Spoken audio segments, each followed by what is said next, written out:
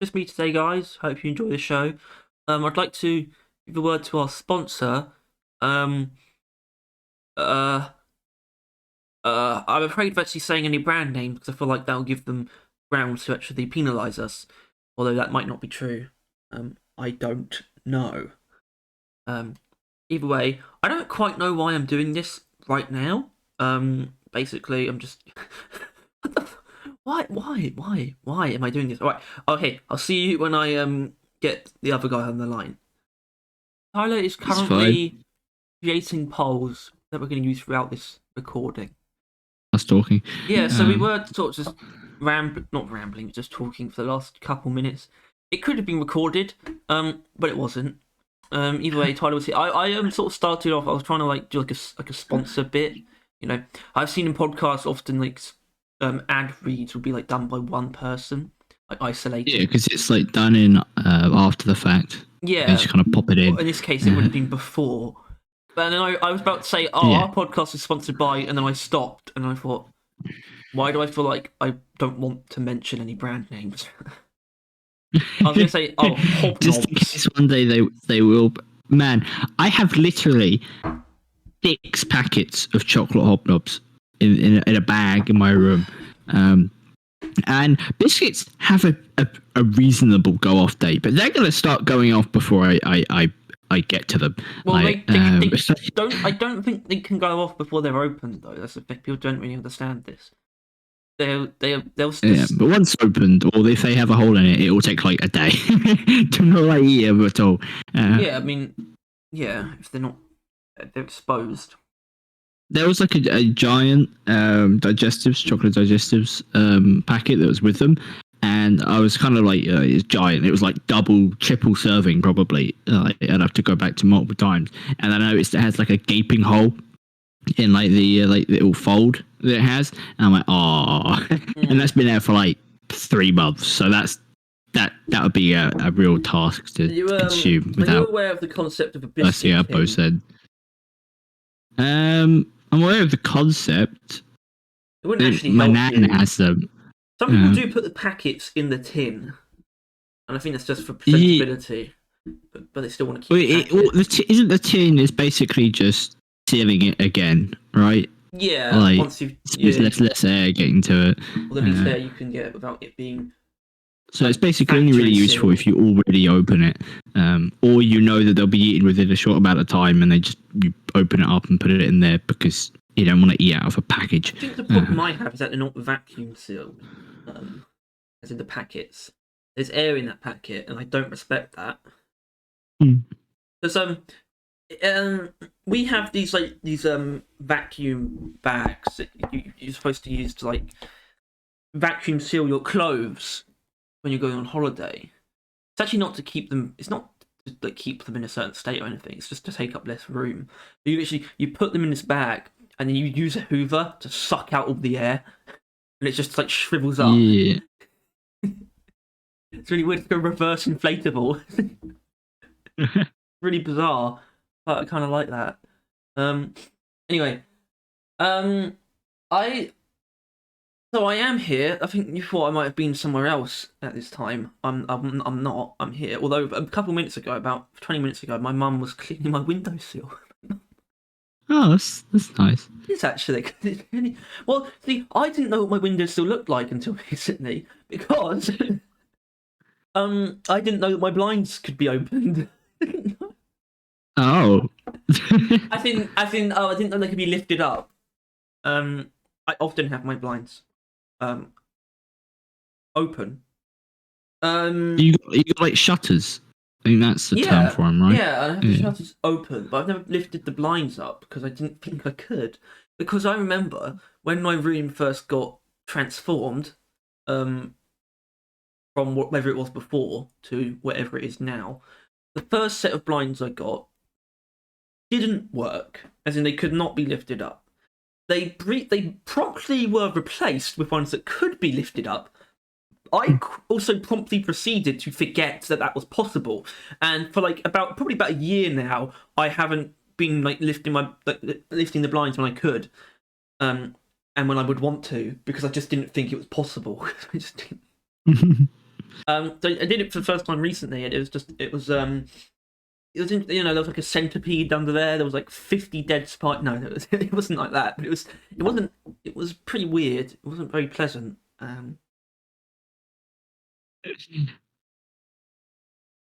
That's Yeah, nice. I know, right? It's the little things, isn't it? Yeah, it's the little things. The little things. Little things like grenades. Shut up. We're not done. We're not done with the intro yet. So We're not done with the bitching about. yeah, we're not done with the fucking around. Right. As is customary, we start. I really hate that. But first of all, so the taste test trope was because you were eating something, and I sort of forced it into existence, right? Mm-hmm. And obviously, we only do that if it's actually possible, but it's also a joke anyway. I could have had something that I was trying for the first time, but I'm not. I bought this cider recently from the shop. It looked quite nice. It looked like honey. But the point is, it's actually like 8.4% alcohol, I think, which is a lot higher than anything I've drunk before. And I don't think it's actually a lot, though. I don't think. Well, it's probably it's like wine. It's like normal wine. But the point is, you shouldn't drink that on its own. It's weird if you do. You should have that with a meal, or with a meal, basically. Wait, have you drank that, or is that still? It's still in the fridge. Right, good. Pizza night. Don't get pissed drunk. It wouldn't be piss drunk. Don't get wasted on our podcast. Except maybe one time. Maybe that will be something. I don't know. Maybe the anniversary stream. Get fucking drunk as hell. Barrel Vision anniversary. I should point out this is episode number 40. Which is why I actually, because my original idea was, because we didn't have an idea, was that you would just respond to some comments, and I thought that was like, that's episode 40. We're finally getting to your fan mail. But we ditched that idea. It's very unlikely to reoccur within this broadcast because Tyler exploded onto the scene with a fresh idea. Yep, my one of many. Fresh. Really? It's like the first time you come up with an idea for the podcast. All right, like one of one. So currently I'm 1 for 1. What do you mean 1 for 1? My ideas. I'm 1 for 1 on coming up with all the ideas that you came up with. You're 1 for 1. Yeah. I don't understand how the success rate is really determined. The fact that we're doing the podcast on it, is that how the success is determined? Yes. Point is, basically, I thought that it's been enough time now.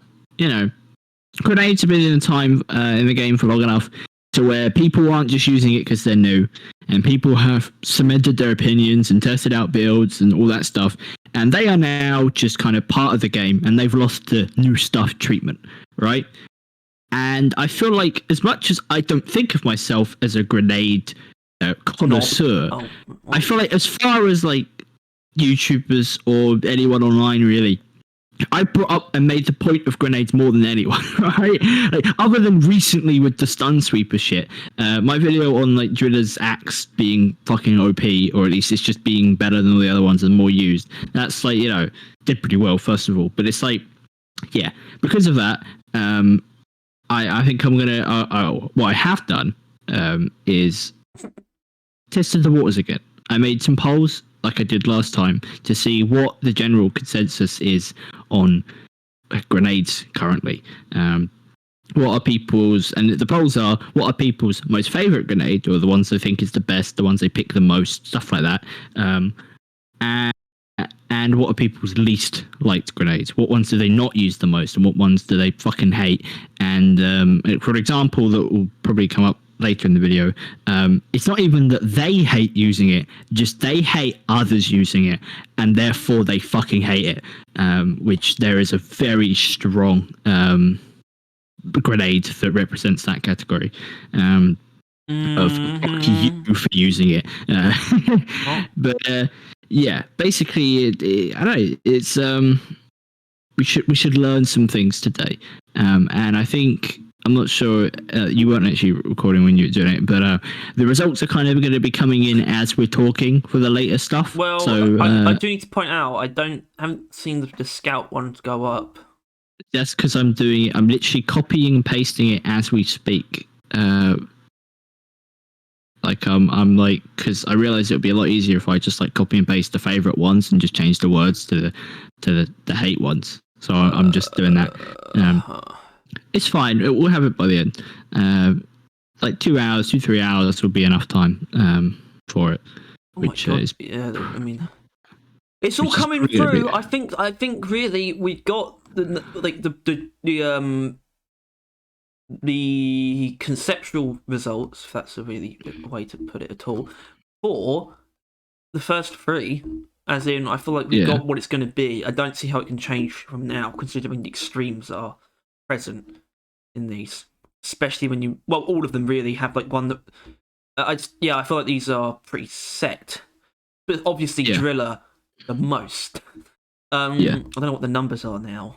And since Driller's one's been out the longest, because that's just what I did the first of all, and then realized I should probably do the others. And I also kept a strong eye on it for like the first 2 to 3 hours, so I can kind of tell that once something shoots ahead, it isn't often beaten.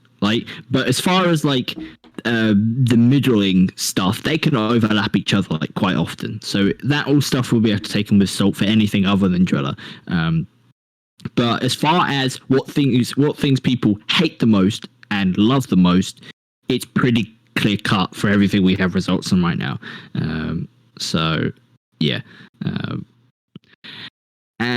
I don't know if we want to start with that. We probably do. But while I kind of want to just put out the scout one first, and I don't think I want to talk about the results without having it all there. So I saw a Reddit post, which I don't know if you have. This really shouldn't be talked about, and now it would be better for a Reddit review video, but we're probably not going to do one of them in a while because of the tier list stuff.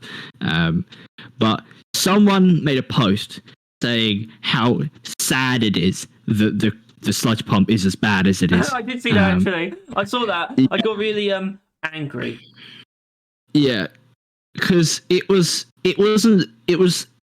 like he attempted to make it good and it just didn't quite meet it. It was like how the GK was. It just wasn't quite up to par, and it hurt me. So normally I don't interact, but I did have to comment that it is one of, if not the best gun in the game. It can excel in all areas, and its status effect is universally amazing. And I've left it there, but it's just I couldn't let that slide, and luckily the comments agreed. They actually gave a clap.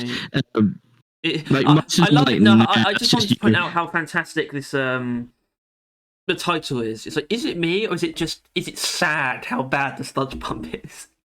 Yeah, I think it's sad that you think it's bad. Yeah. Damn. And it's just making the point that you should never take a single person's word on the strength of stuff. Because clearly, if you ask that person, he would say the sludge pump was bad, right? Obviously, right? And that's so wild, considering it is so not that. And I think this is the same to be said for our videos, especially our tier list stuff, is do not use the things we put in the bottom rank. Right? That is just our opinion, and we are likely wrong. Hell, I think Harry disagrees with most of our takes, just the time that's passed since we posted those videos. But it is kind of a fact that just make your own decisions on everything, and then if it comes out that literally everyone thinks that this thing is bad, then it probably is. Then it probably is. And stuff like that, which is what happened with the GK. That it was, everyone acknowledged it as bad. So unless that occurs, just believe that it's at least good. That's not going to happen though, because people are dumb. Yeah, I know, and that's probably the same with us. But it's just something that which is why polls like these are handy, because it goes above individual people's likes and dislikes and just goes into the vast amounts of people's general like tendencies towards the grenades, which you can really gather a lot from. Which was a slight segue, but I'm still not done because I get distracted talking. What? You talk now, Harry. Go do something. About what? I don't know. I can't write and talk at the same time. Oh my god. Okay, so, apparently, this is in Halo news because I do. What? Yeah, sure. Yeah. I don't know what happened because this is the thing. I literally don't know what happened. All I know is there was a fucking massive leak. Something crazy came out, got out into the ether that they did not want to get out. Apparently, also quite good, and I haven't seen it. I have no idea what's going on. I'm completely in the dark, and I'm terrified because I have no reason to believe it is actually good. And the only guy who I saw say what it was, I don't know if I believe him because it sounds so ridiculous. And I can't even tell if I like what he said.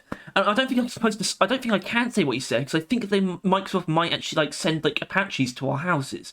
So, as in, I don't think I should even like say anything in terms of actual specifics because, and I really hope though, whatever it is, because 343, first of all, I mean they're in really on up shit's creek right now. They're also pussies. And I feel like there's something like getting out that they're working on, like something big getting out. It would almost be like cool for them to like switch gears for some reason. And I don't know. I just from what it sounds like quite an extreme direction. And I the only thing that they can do for me to give a shit anymore is if they just put their foot down on something and just do something. Just fucking do something. That's really what it comes down to. Fucking do something. Because the idea that they would, that narratively they would shift gears again after Halo Infinite I take massive issue with, because I don't know if I think the story was amazing. Well, it was pretty decent, but it had nowhere near the scope that other Halo games actually had. It just brought in a lot of the right elements, particularly just having.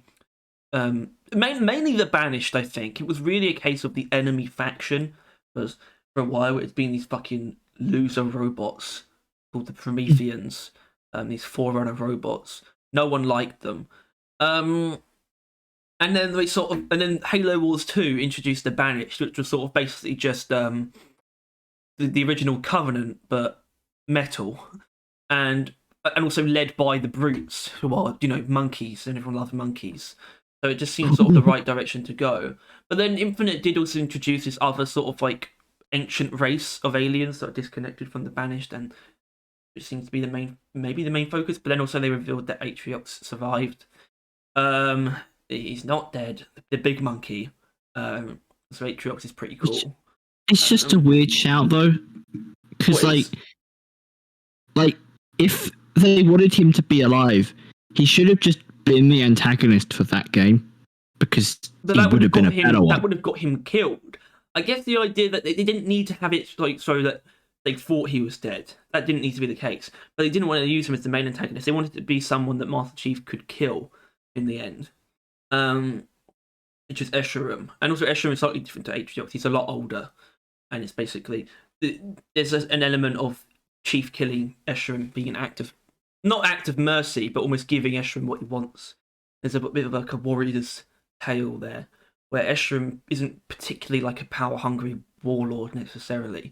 He just loves the idea of having his final battle be against the Master Chief, which I actually think is pretty cool. Like that's easily one of the best. The Banished are the best thing about that's come about in 343's era of Halo.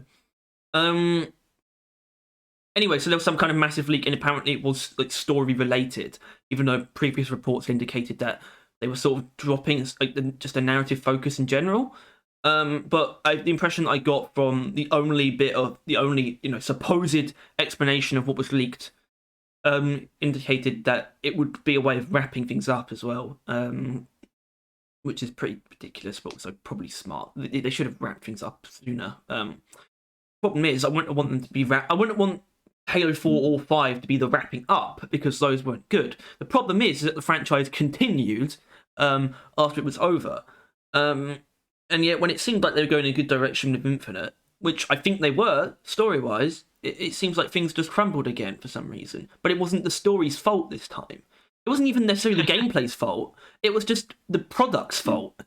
It's a very, very strange conundrum. Whereas, like, Halo 4 and 5 are very complete products. They just, in a lot of ways, didn't feel like Halo. As in, Halo 4's gameplay was a big problem. Halo 5's story, the campaign, was just utterly horrible, and they really needed to switch gears. And the gameplay was also, well, good, just strayed way too far from what Halo was originally. And I think Halo Infinite did a lot of good in that regards. It was just a terrible product, unfortunately. And I don't think that's good enough reason to give up on it, but it seems like there's a little bit of that going on. Anyway, have you got that poll out yet?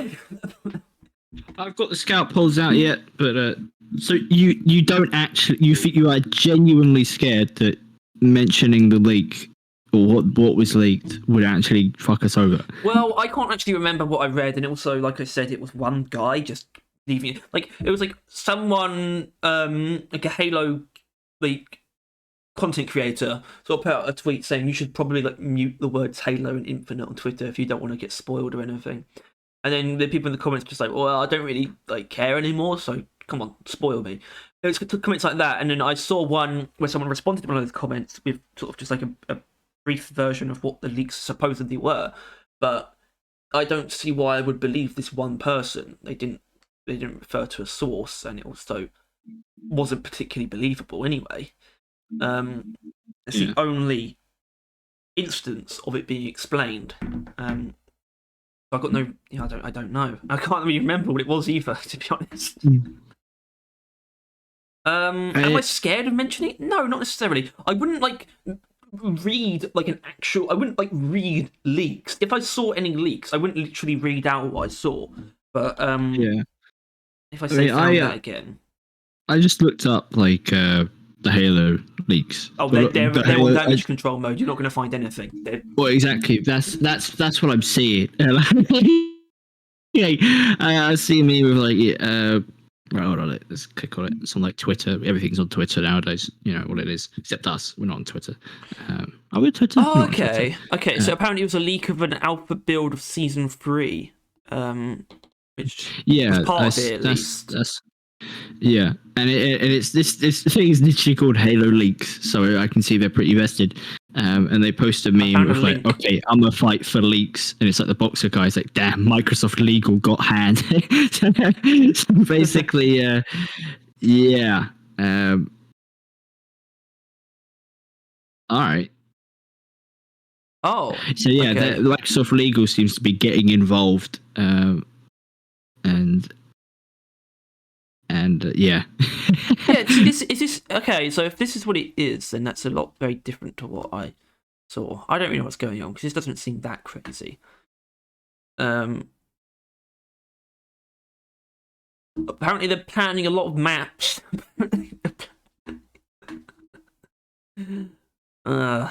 Whatever. Anyway, I don't know why I just did that. I'm gonna vote. I'm gonna vote in your poll.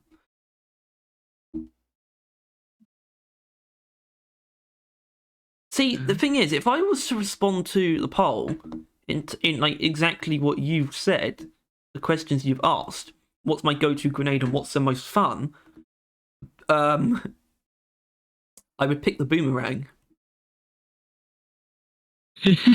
I would. I just find it. I don't know, man. I haven't felt the need for any of the others at the moment because I just like using it so much. So I think it's also winning. That's gonna be fun. That breaking that down is gonna be fun. Although, as mentioned, currently Scout is not reliable. Anyone can blast ahead right now. You need like a good hour to stabilize. I don't think the most hated one's gonna change all that much. I have yet to actually look at them either. I mean, it's like, what do you think's ahead? Real vague. In the hated, probably IFG. Although I don't know, it depends. I don't Pheromone Counter, so that makes sense. All right, yeah, but that might change because it's like 10 votes, 12 votes. So yeah, but I think we can now start with the most reliable ones, which is the driller ones. They have been out. The preferred, so like the actual liked ones, are 2 days, and the hated has been like 20 hours. So these two, and the hated one actually blew up, which was nice. Not as hard as the original post. Why don't you put a link to our YouTube channel in there? I've got a link on my page for them to click on me, but I didn't do that. Well, we'll probably post a video anyway, podcast after, and they'll probably like, oh, that's why all the polls have been here that have been annoying me. At least I assume they're annoying them. Otherwise, I don't know why people would be downvoting them. Not that there's many, but it's there. All right. So, drillers, grenades. Here we are again. Thing is with these polls and what I've told so far, obviously, I was thinking about doing a driller still has grenade problems, but there's actually more to it. Driller has a grenade problem again.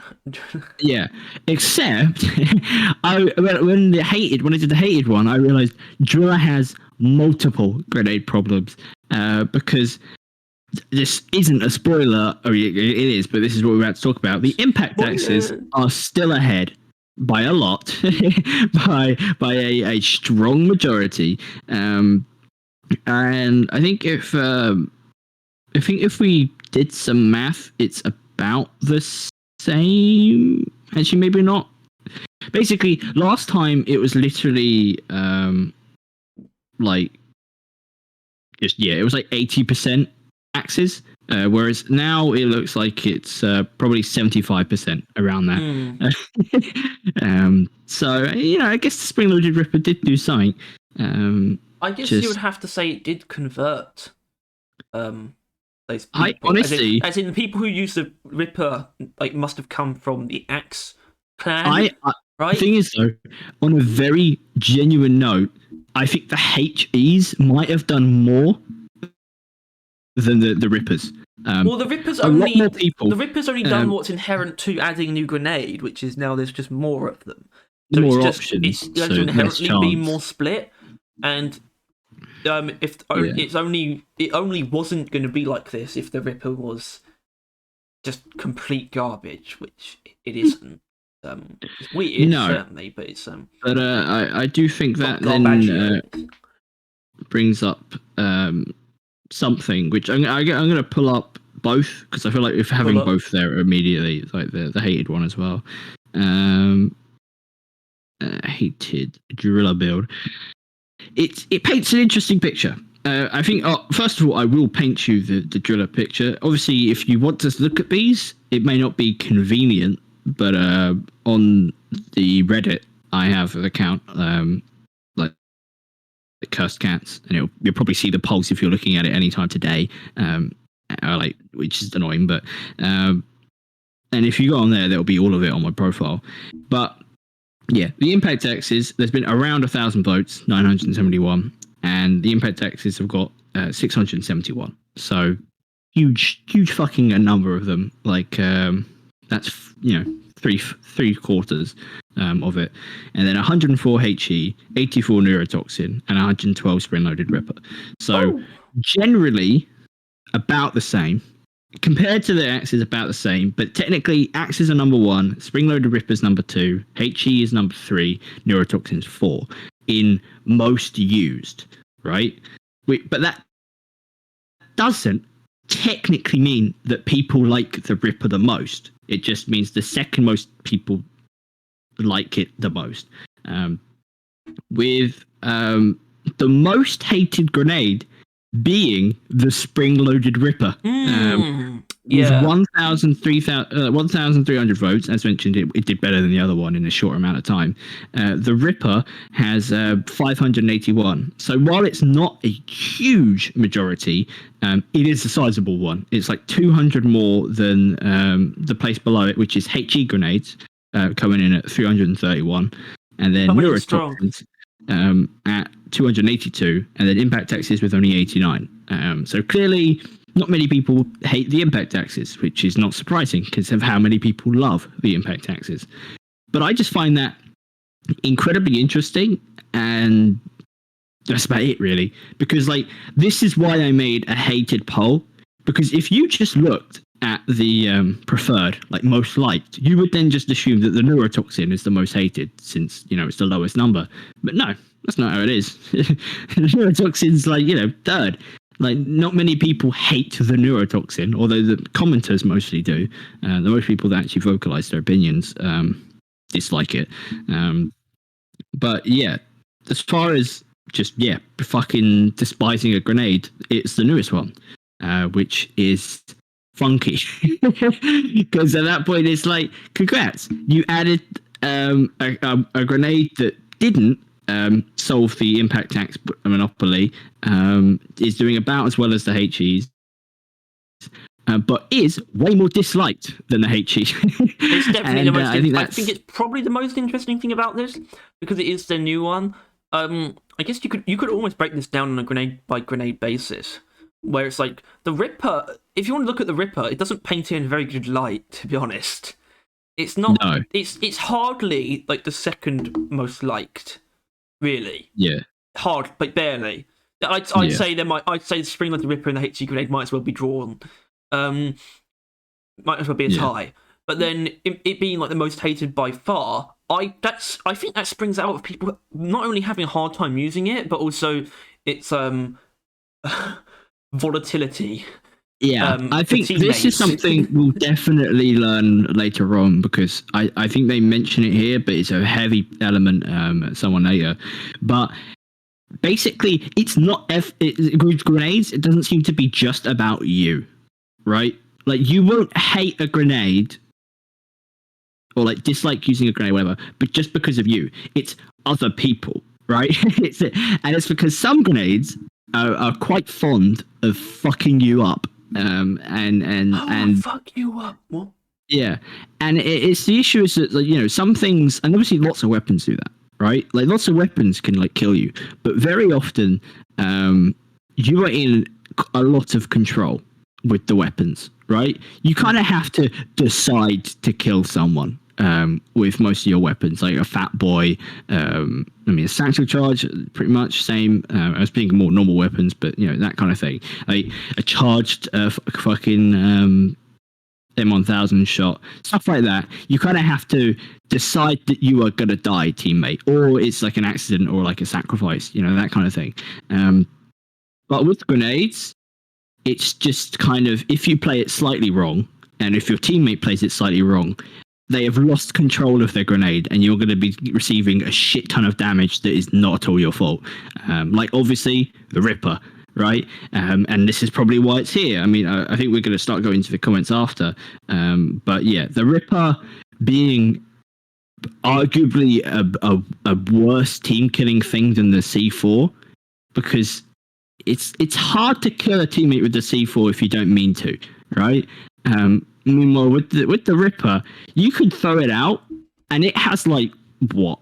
You probably got it like a couple seconds where you wanted it. If you're in an open area, like you got a seconds of where you actually wanted it to be in controlling it, and then you've got like 7 seconds of it going wherever the fuck it wants, and you've got to hope that a teammate doesn't enter that area. Same with actually using it in funnels, which is obviously what it's for. If you tunneled into a wall and you've thrown a spring-loaded Ripper on the entrance, you better hope that no wall from the outside was trying to get in your hole, or you are going to tear them to pieces just as hard as the grunt. And it's like, it's kind of the same with Doretta missions, the giant thing. It's a bit easier because the scout can probably like fly in the gap, but it basically, it doesn't just wall off grunts, it walls off your teammates as well, because they will die about as quickly. And I think that's probably the reasoning as to why it's so low down. It's just because once you've thrown it down, you cannot stop it killing your teammate.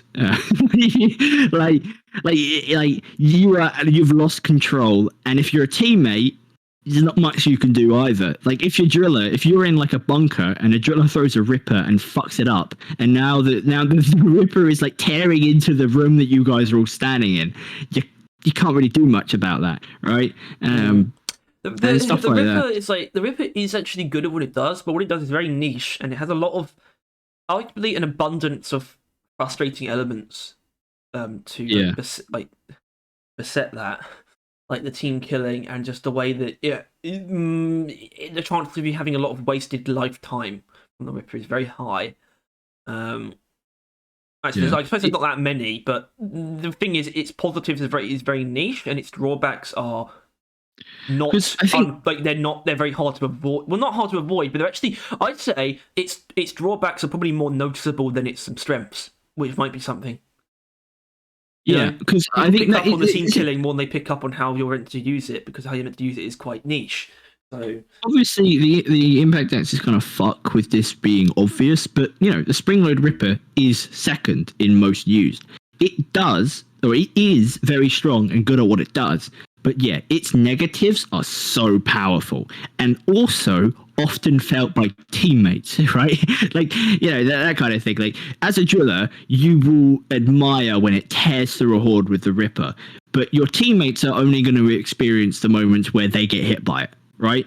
Like, if you're not a driller main, you are going to really fucking hate the spring-loaded Ripper.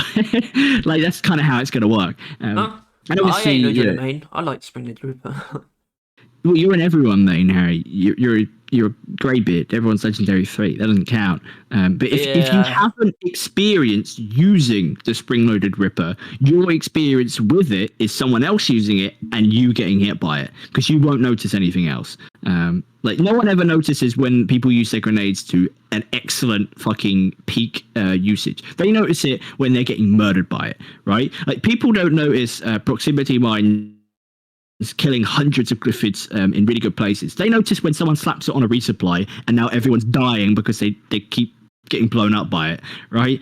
Like, that shit is what I think is why the spring-loaded Ripper is like by far the most hated. But there is a lot more to be gained from just that. I just find it very interesting that the newest edition so far has only been a negative one, as far as a solid amount of the community goes. Like, obviously 1,000 people out of the 5.5 million that installed it is not anything. 1,000 people out of the 2,506 256,000 that are on the Reddit is not much. But still, 1,000 people was a good data sample. And over half of them, actually no, 1,300 people, just under less than half of them hate the spring-loaded Ripper the most, which is just interesting, I think, if anything. I need a drink there. Okay, I wasn't sure what was going on there. What, is he dead? No, I don't know. I would have been if I didn't have the drink. No! But yeah, I mean, I think we can... there's a lot of comments on a lot of things. But for now, let's just focus in on the spring-loaded Ripper. I think that's a pretty solid way of going about it. Just the comments that just talk about that. And I'll be vague. Or not vague, just quick. The Ripper does more harm than good for the team, is this guy's take. And I think that was what we read on then, really. It's like, it is likely going to do more harm than good, in that it can do an extreme amount of harm, and its good is about what you would expect from a grenade. And a grenade that doesn't need that much harm behind it. And then someone that responds exactly as Ghost Ship intended, because they definitely did, right? They had no reason or need to make it as huge of a teammate damage like multiplier that it does, really, isn't it? Like, they reduced it, didn't they? Yeah. Yeah. But it's still a lot. So they were like, fuck you, we want it to do a lot of damage to teammates. But didn't it used to be more damage than it did to Glyphids to teammates? Yeah, yes. It was like 110%, wasn't it? God, that was fucking crazy. I mean, this is a bit of a take. Ripper, because it's near useless for killing bugs and extremely good for killing teammates. And I think... Well, actually, this person has the driller tank, but if that wasn't there, I would have been convinced that this person only ever experienced being on the receiving end of the Ripper. And the fact that he has driller there, if you play driller, you know the Ripper is extraordinarily good at killing bugs, right? it is fucking incredible the amount of damage you can get out of that thing. It is like a primary, as mentioned. The way it does damage, in that it will do as much damage as it can do, that you allow it to do.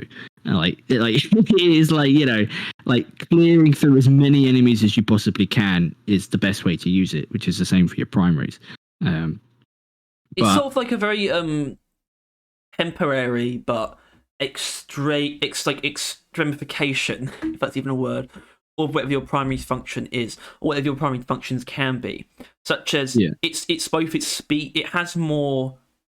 It's just far more ferocious, I suppose, than any of your primaries. It does that damage so much quicker, and it's long. Like if you're going for in the linear sense, like what you can do with the cryo cannon or the flamethrower or goo bomber special, it has more range than any of those.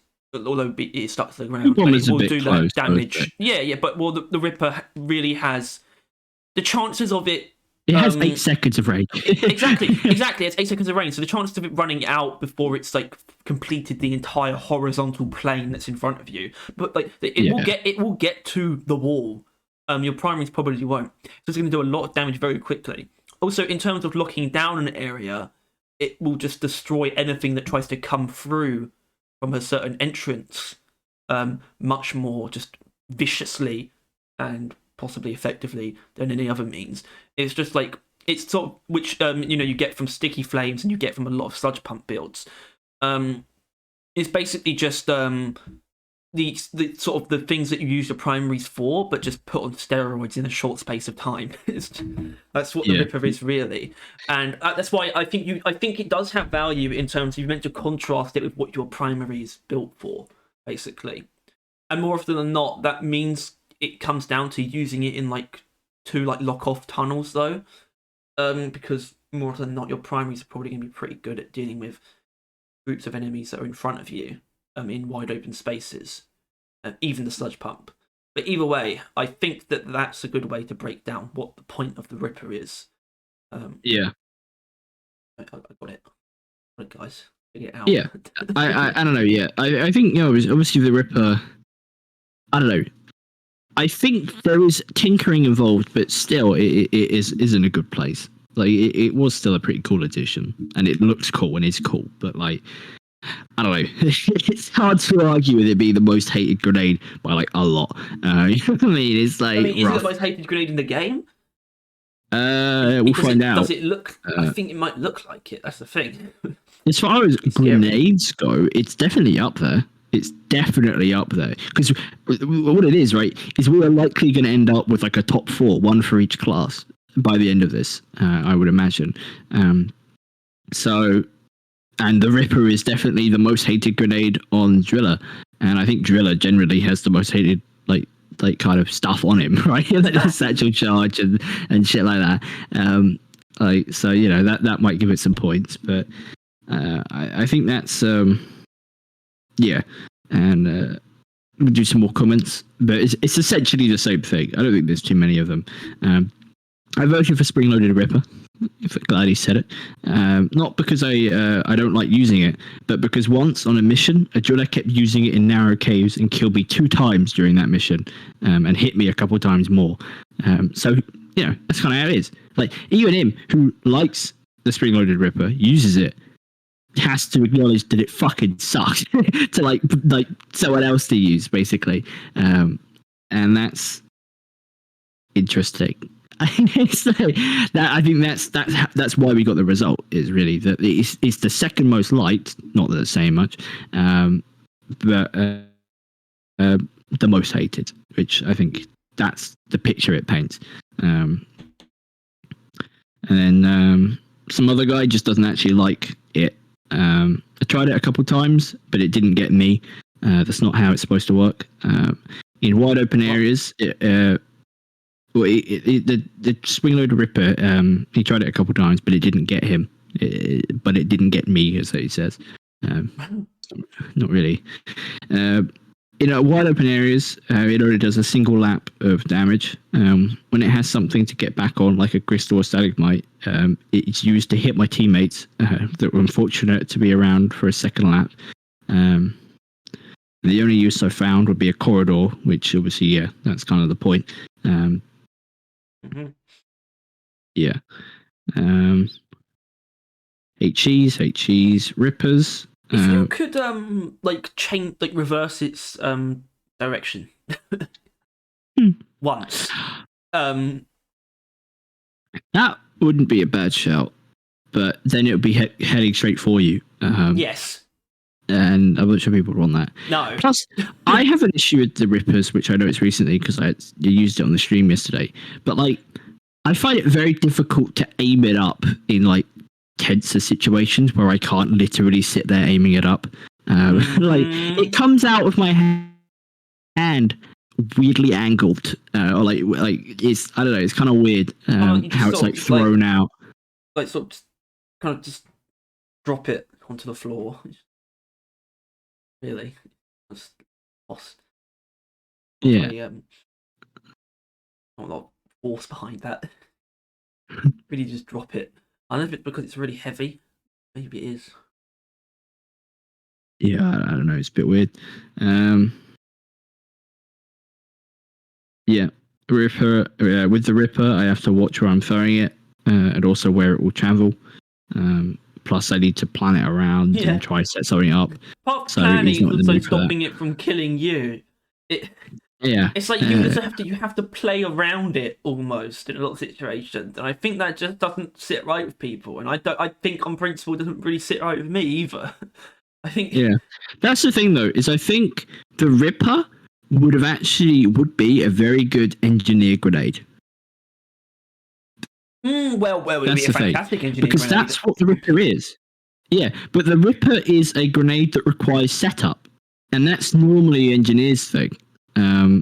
But no, they gave it to Driller, and obviously that's because fair enough, engineer got shredders. But like, and Driller and Driller's character isn't really about that, right? I mean, it's like terraforming, sure, but like I don't know, it's I don't know, a bit less. People that play Driller are a bit less wanting to have to use strategies ahead of time and make sure that there's like a little beam or a little like ledge or something that they can use the fucking Ripper on or some shit like that, right? Like people just are less willing to do that. Having them in the same loadout might almost be a little bit too juicy. You could like build like bridges outwards, like just out of a wall, out of platform, just stand on it, and then just have Rippers like just stop things from getting to you. Any land-based enemies which won't be able to get to you. So it would sort of come down to stuff like that. I mean, obviously, I have no reason to think that they would have tested the grenades on the different classes. They probably, I don't think that would be a thing. At the same time, it is an interesting point. It's not like that would ever happen, but it must make me wish I could do that somehow, try that out. But you know, there's an argument. I don't know if there is an argument there. There's an argument that it's not necessarily suited to Driller. Certainly. At my point, it's more of an engineered grenade in its nature of being like take a moment, then use it to your maximum efficiency. That's kind of Driller's grenades, right? I mean, lures are a bit less of that. They're more get out jail free cards, but if used offensively, they are more. They're not get out jail free cards because they have a cap, which means they're not just going to save you if you're getting swarmed.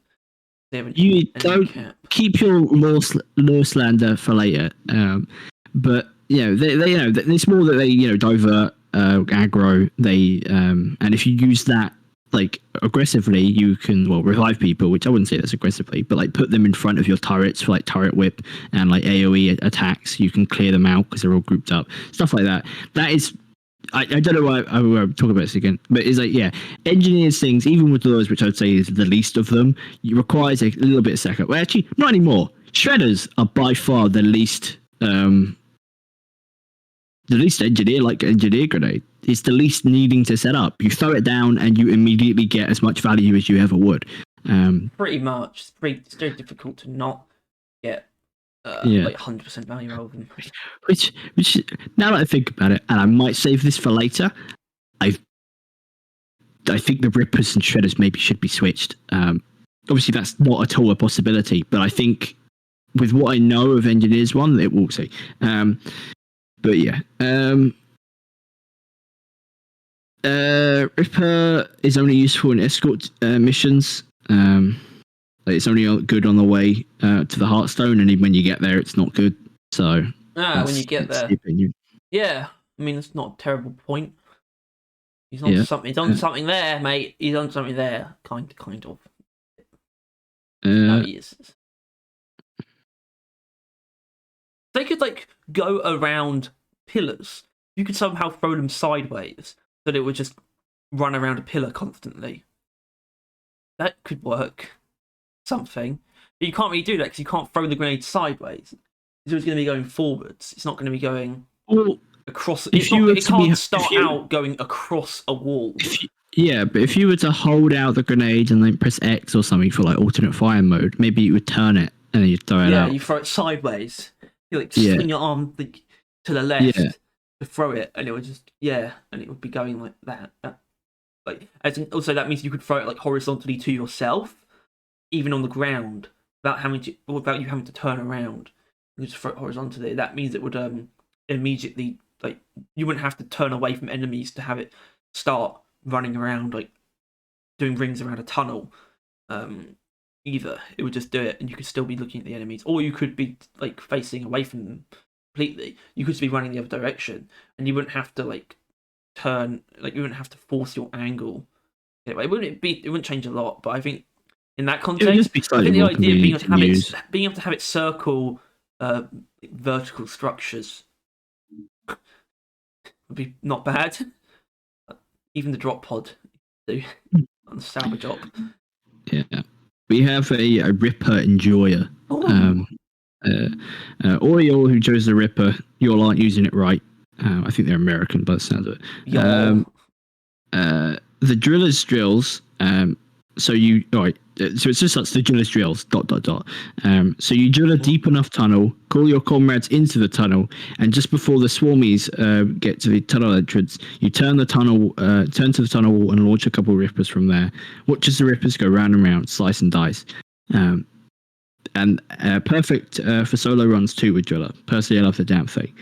So I think he's saying that the most generic and obvious that everyone knows way of using the Rippers is just why everyone hates the Rippers. They just don't know how to use it. That's why. Which I hate to break it to this guy, but that's just not the case. I think people that know how to use it just can't get over the fact that it's just too deadly. It's just it's for everyone, but yeah. I mean, it doesn't help that there's a lot of people who don't know how to use it, though. Yeah. Probably more than who do, and even then, a lot of the people who do know how to use it don't like it.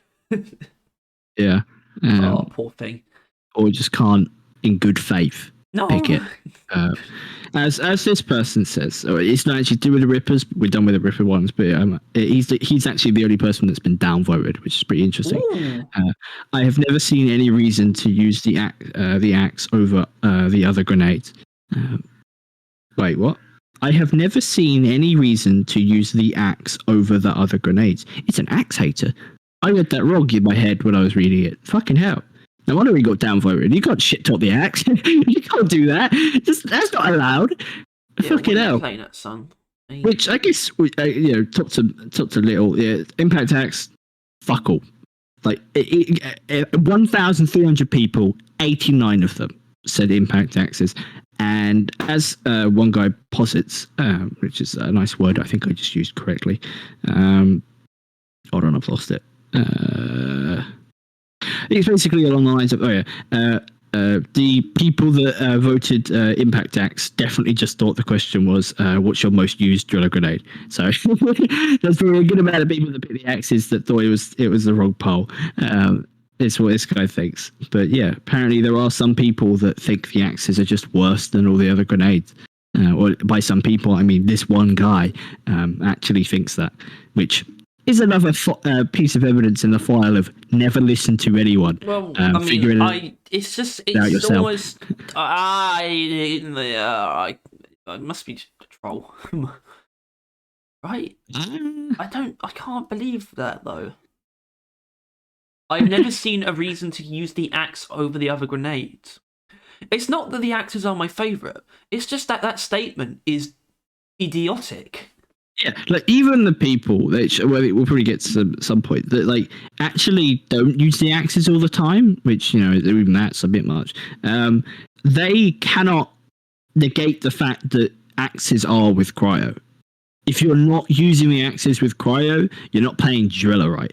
Like that's kind of like the attitude towards the axes, and it can't really be denied. You're not playing it right, or you're playing him the best way, which is just madness.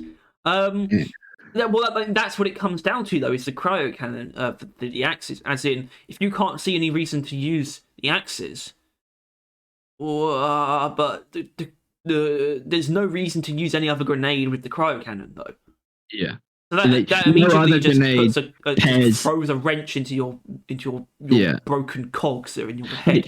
Ignoring vampire, and axes are still the best choice for cryo because the Ripper does explosive damage. Obviously, the HE does explosive damage, and Neurotoxin is a status effect, which while would still do the damage and is still working and holding them in place wouldn't be the bad thing. The fact that the axes gain the bonus is just kind of mathematically better. You can set the neurotoxin grenade on fire with the EPC, right?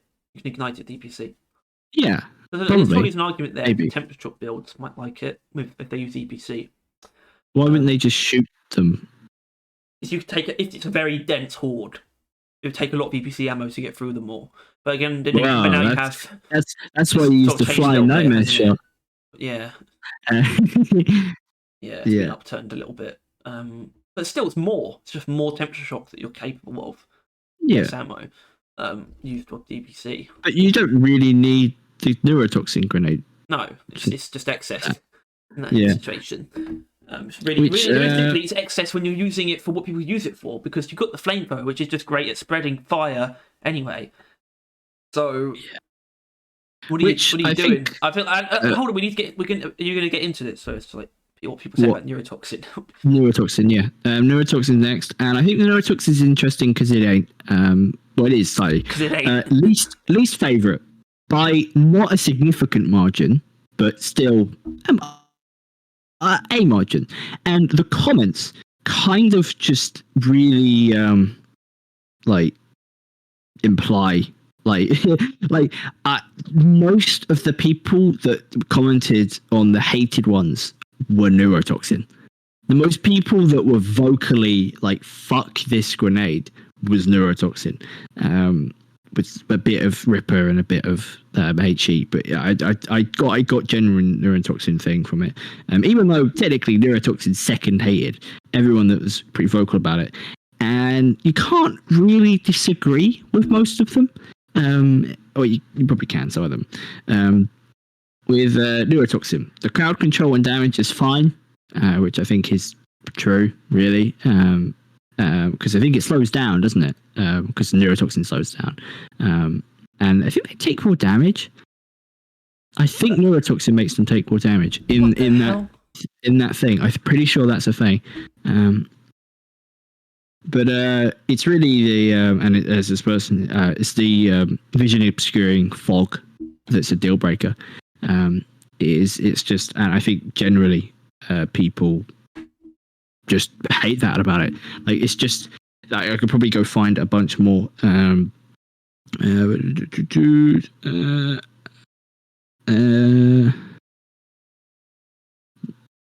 were you going to say, Harry? While I try and find something. I don't think the neurotoxin does have any such effect. It makes things take more damage. I swear it did. No, I don't know. No. Where the hell would you even got that from? The game, probably. The game. Well, yeah, I'm sure it makes them feel like they're taking more damage, because they are taking more damage from the poison in their lungs. You're not going to deal any more damage to them. That's just silly talk. That's just silly. And I have no idea where I pulled that from. No. Your AS. The vision obscuring fog is a deal breaker. Yeah, it's kind of weird, isn't it? Kind of weird. You have this. That's a thing. It's kind of weird that that's just a thing, isn't it? It's a pretty objective drawback. As an objective. Right. when Praetorians and that die, they relieve a fog of deadly substance, and that fog I think is slightly supposed to also be an enemy in itself, in that you now are a bit obscured. That fog is less visually obscuring than the grenade, right? Like the grenade, it's actually so fucking dense in like you can't see through it, right? Like it is like actually like a wall of particle, and like being inside of it is pretty debilitating. And particle. Yeah. There's actually no one else really complaining about it, but that comment is the most upvoted of the lot. So clearly, most people did agree with it. It's I don't know. The neurotoxin is should be on the chopping block. That's really what I think. The what block? The chopping block. Chopping block. The chocolate block. Chopping block. Yeah. Chopping block. It's just it really is just make it not as blinding and make it a little bit more instant and like convenient to like appear. Exactly. It really is like it's really very antithetical to the impact axis, which means which in a lot of ways means it's antithetical to what people want out of their driller grenade. It does. It's a bit. I've got a bit of the Ripper issue in that AOE status affliction. That's what your primaries do. The only thing is isn't really part of it. Ripper is just direct damage. It's just obviously. My point is, they step in the same toes as your primaries, and they're never going to be better than your primaries overall. But I will say that Ripper can be. The neurotoxin has much greater difficulty outcompeting the primaries at all, because it's just it's slower than them. It's slower than the cryocannon or the flamethrower. Obviously, the sludge pump can't really be quicker, I guess, because it's instantaneous. Yeah. But just in terms of killing, it's just the slowest out of the 4 status effects. Yeah, and that really is the thing, though, is that it's just that it just applies neurotoxin, and like that's it. That's literally all it is, right? It applies neurotoxin, and that is the only real good part about it, right? Because while it's not good in that neurotoxin is kind of a worse effect as the other things, put together with fire or not really cryo, but corrosion, 2 good status effects put together, that'll do some damage, right?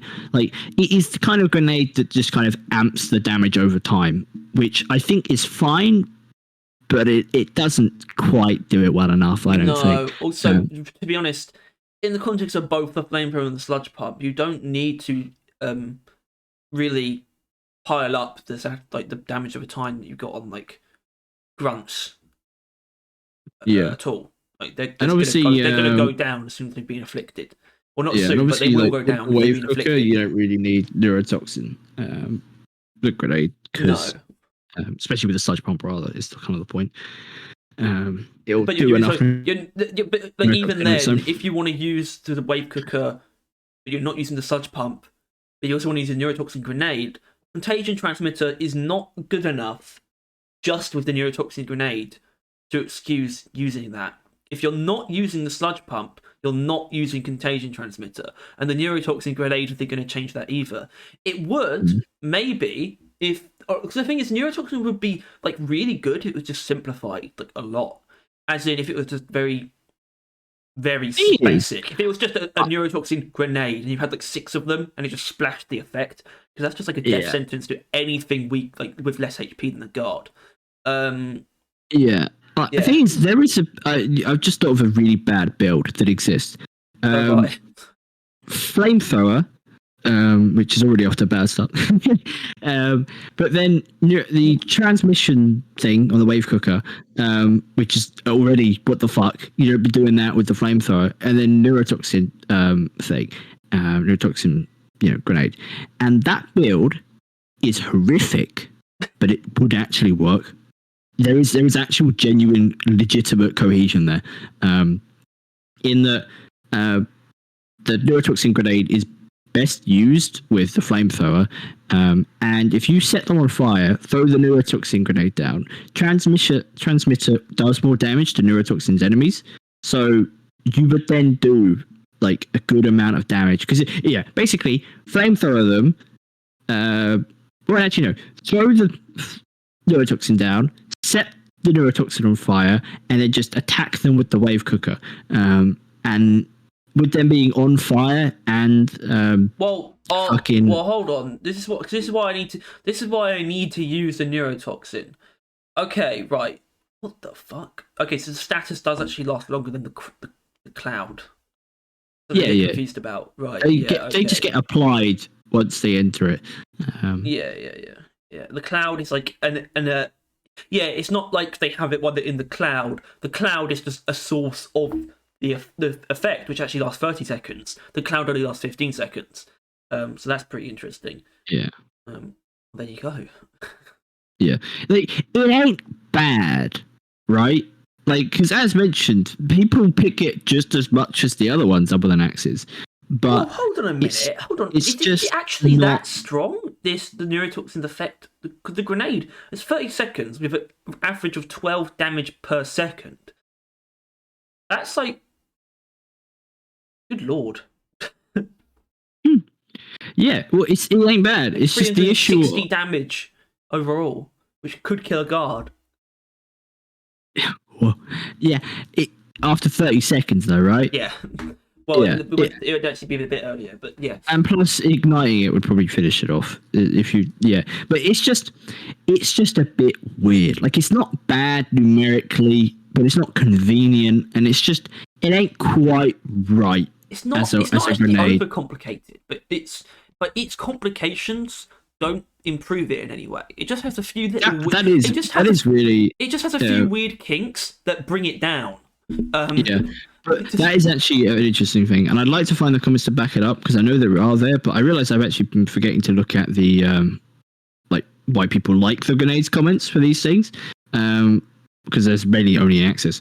But people either think the ignition effect, igniting the smoke and burst damage, that people either think that is why it's good and why they love using it with the flamethrower, or it is a negative and why it sucks. And I think that is really interesting because like the same feature can be seen as a pro and is actually they think it's like the best part of it, or a con and is why it sucks. One of the really reasons why it sucks. Divide in why people hate it, where it's like, is it like the what would you call it? The ignition, or is it the obscurance of vision?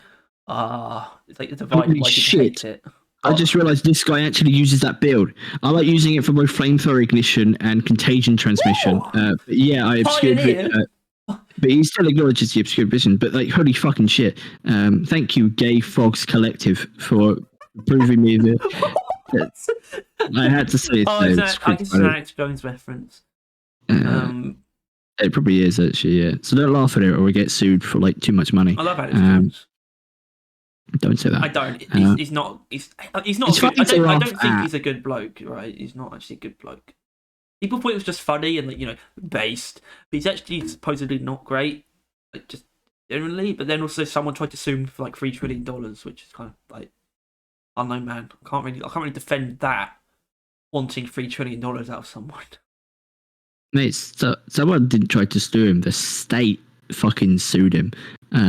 And they're doing it for like that, like 1 trillion or 1 billion, I think it was 3 billion, and he's paying it. He's paying it. He's not really got a way out of it, but yeah. Well, there's a pretty easy way out. True that. I mean, there's an easier way out. That's a hell of a lot easier than paying that much money. Yeah. And I think his method that he should use is standing in a neurotoxin field and igniting it while in it, because fucking hell, you need more friendly fire damage. He should have coated himself with oil and then outstretch his arms and light himself on fire. Jesus Christ.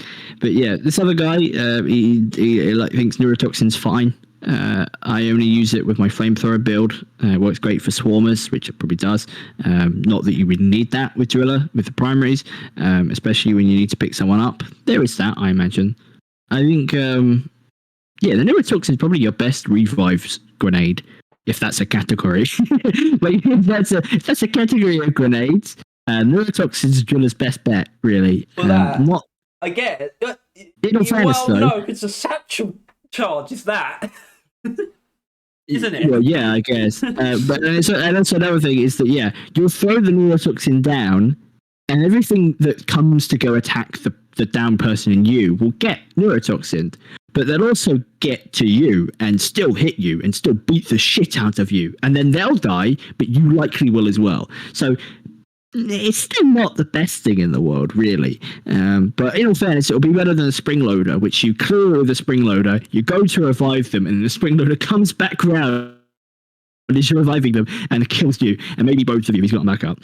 But if yeah, it had, so like alternate path thing that you could choose from. If you could have it do like donuts, you could switch between different configurations of the Ripper.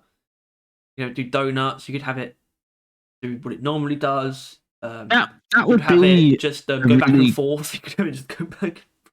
That would be a really cool thing that if they could do, that would be really sick. But like with the aforementioned like alternate firing modes, like every time you press X with it in your hand, because you do kind of have to hold out the Ripper. Like it's like kind of more of a weapon in that regard. Yeah, but I just mean if you could make it do rings, like that would be good for keeping you safe. It's like the plane in Balloon's Tower Defense, right? It will show you like a figure of 8 or like something around like the pattern it will do, or the pathing it will do, or try to do at the very least.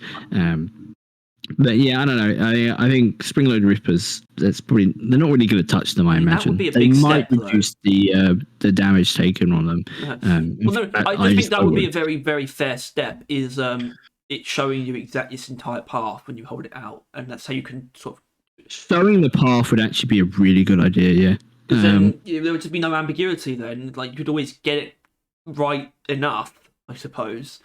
It would just because first of all, you could also make mistakes with it. Right, and so you might not get it in exactly the right place for it to actually do what you expect it to do, but that wouldn't be a problem if you could see where it was going to go. Someone needs to make a mod of that, and I mean it's like the agglometer thing on the drills. Yeah, right? Someone needs to make a mod of the Ripper. You can like the second you pull out the Ripper, it has like a highway path of like very light particles or like little like molly sticks coming out of the ground. Right, you know, like when you're leaving, like she'll leave like a trail, something like that shows you where it's heading. Some bullshit mod thing like that. And I think if Ghost Ship sees that and or hears this video, that would be something they would add, because I think that is warranted. Because that would basically make team killing less often without nerfing the team killing damage. It's just making it more reliable. That doesn't change the way it works, but it just makes it more reliable still. Yeah, it just makes it like it makes it more predictable. I think that's really the thing. And a weapon that does that much friendly fire damage to you and your teammate needs to be at least somewhat predictable. Like, or at least somewhat capped in any regard, other than that it's going to be 8 seconds of panic, right? Like, you know. But yeah. Honestly, I think in terms of like, if we want to bring up the idea of reworking it, though, you could like it might be better if it was something that you would set down first and then activate, even. Like, and that would help, especially where you could place it. You could also change its angle, and therefore you could place it on pillars and have it circle. Very engineered. I know. Well, exactly. I think it would be. There's a chance it would be like that if it was an engineered grenade. Which, the more I think about it, the Ripper should have been an engineered grenade, and the Shredder should have done. The Shredder should have done a melee damage for Driller. Well, the thing is, it's pretty much its best use is using it as a trap. Shredders, and no one would have like there would have been no ambiguity about that if it was an engineered grenade. People would have immediately seen, oh, you're meant to use this like a trap. You're meant to set up traps with it.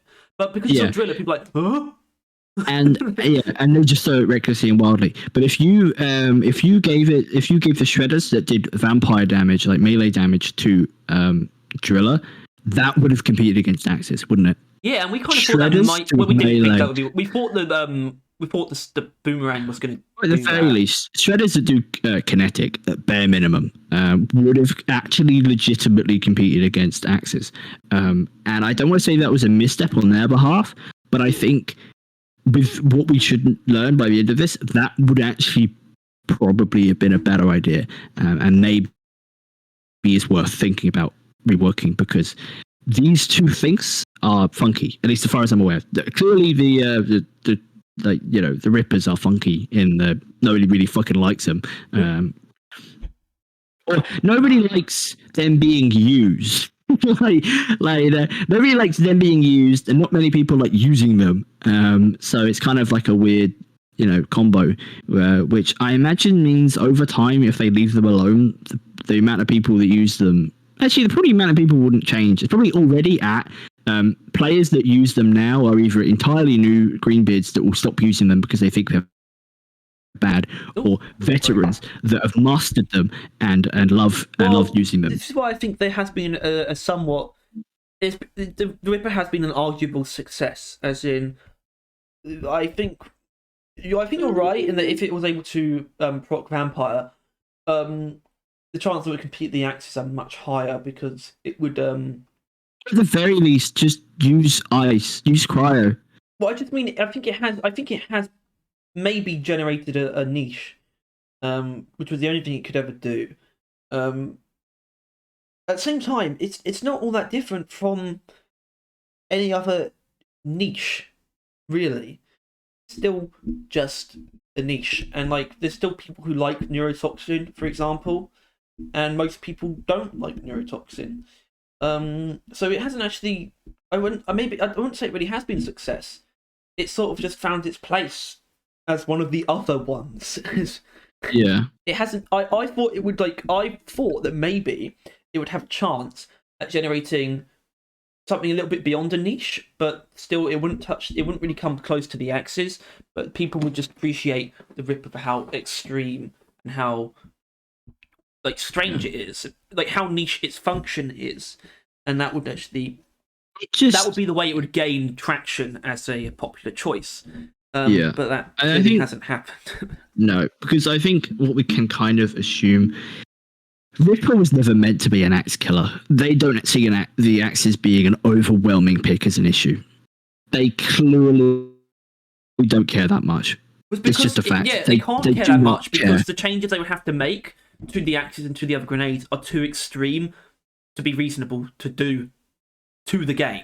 Obviously, the state it's in is arguably the state it's in is arguably not good, but the changes would be too extreme to excuse. Yeah, but that was my thing though. You wouldn't have to change one if you just added one that would have inherently competed with it. But they didn't do that. They didn't. It didn't in no way, shape, or form is the Ripper in any way anything to do with that. In fact, the Ripper is quite weird in that it's like it is similar to the Axis in that the Ripper can always be used, right? No matter your build, the Ripper will be basically just as good.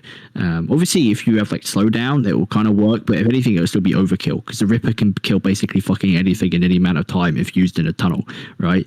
The Ripper is like the Axis in that it can always be used.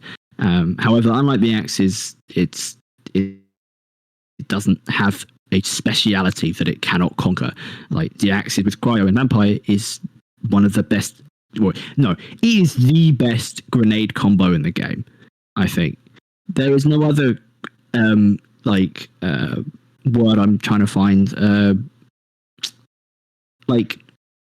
togetherness that is Vampire, Axis, and Cryo. Especially since that's a perk, a grenade, and a weapon. That fluidity is pretty unheard of. And yeah, the Rippers don't give a shit. They're not like any of that. They don't really care. Well, you should got to factor in the drills to that build, but in that same context, I would bring up IFGs. They kind of are that, but for everyone, all the time. That's not really how it works, though. IFGs are just cryo. Yes, it's a different form of cryo. Yeah. Absolutely. Yeah, I remember. Yeah. There's no IFG cannon though. No, there isn't. That would just shoot out IFG balls. Isn't that like a Terraria thing? Like the little orbs that would just kind of come out of it. And what? Don't worry about it. Yeah. So basically, I think neurotoxins. They're just I think honestly, they're the most underwhelming of the lot. It seems. Because they're only a specialty, realistically. Yeah, they're either that's the thing. They're either only usable with they're either only usable with flamethrower. Everyone that's ever said they like neurotoxin or use neurotoxin says with flamethrower. They've never used neurotoxin with any other weapon. It is only ever the flamethrower. But then the people that don't use neurotoxin think those are just they don't want it on the flamethrower. It's actually worse. Which I did actually have some guy that had that as his take, which I've now lost because I'm scrolling around 2 different screens. Yeah, it's basically some guys say neurotoxin is a go-to when running the flamethrower, basically. And some guy commented to him, if you flame your neurotoxin, it does less damage than to let it poison the swarm, which is probably true if you do it immediately. But and some just guys say, yeah, blow it up last second. But it's just a fact that, this guy, which is reasonable, thinks that using it with the flamethrower is actually worse. The grenade is going to do less. Which probably ain't true if you actually use it well. It's definitely not. It's definitely not true. Yeah. If you play around it, it's objectively efficient to ignite it like at the last second. That's always going to be. You're always going to be getting more out of it by doing that than by not igniting it. So, shut up, idiot. I don't know. Yeah. Ooh. Could also be used to actually could be used to ignite a lot of sludge at the same time. If you want. If you use EPC, which is, by the way, using Burning Nightmare and like Dispersive Compound or just the Cyclone in general, is actually a very fine, good build. So there's potential there. I think that is the thing. I think the neurotoxin, while not being the best idea ever, really, I think it's like there's a path, there's a reason to use it with a flamethrower. There is an argument for sludge pump, but there is nothing for cryo. It is in no universe an idea to use it with cryo. I think that's the thing. The argument for cryo isn't too dissimilar from the sludge pump one. You just temp shock a lot of enemies at the same time with it, and also you're keeping first of all, cryo freeze the enemies in place means the chances of them at the same time. It doesn't matter if they escape the neurotoxin cloud. Actually, does it? They're inflicted.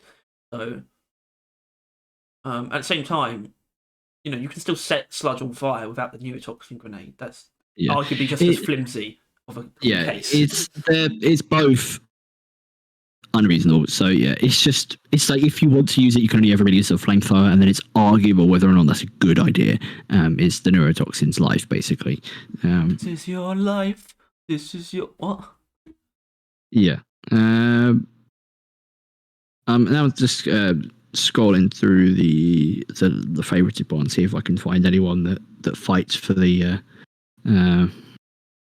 neurotoxin. Oh yeah, there's someone. Wow. Neurotoxin, because I like throwing a smoke bomb that kills. They may not be the deadliest nor the most efficient, but fire, burn it all. Yeah. I got you, fam.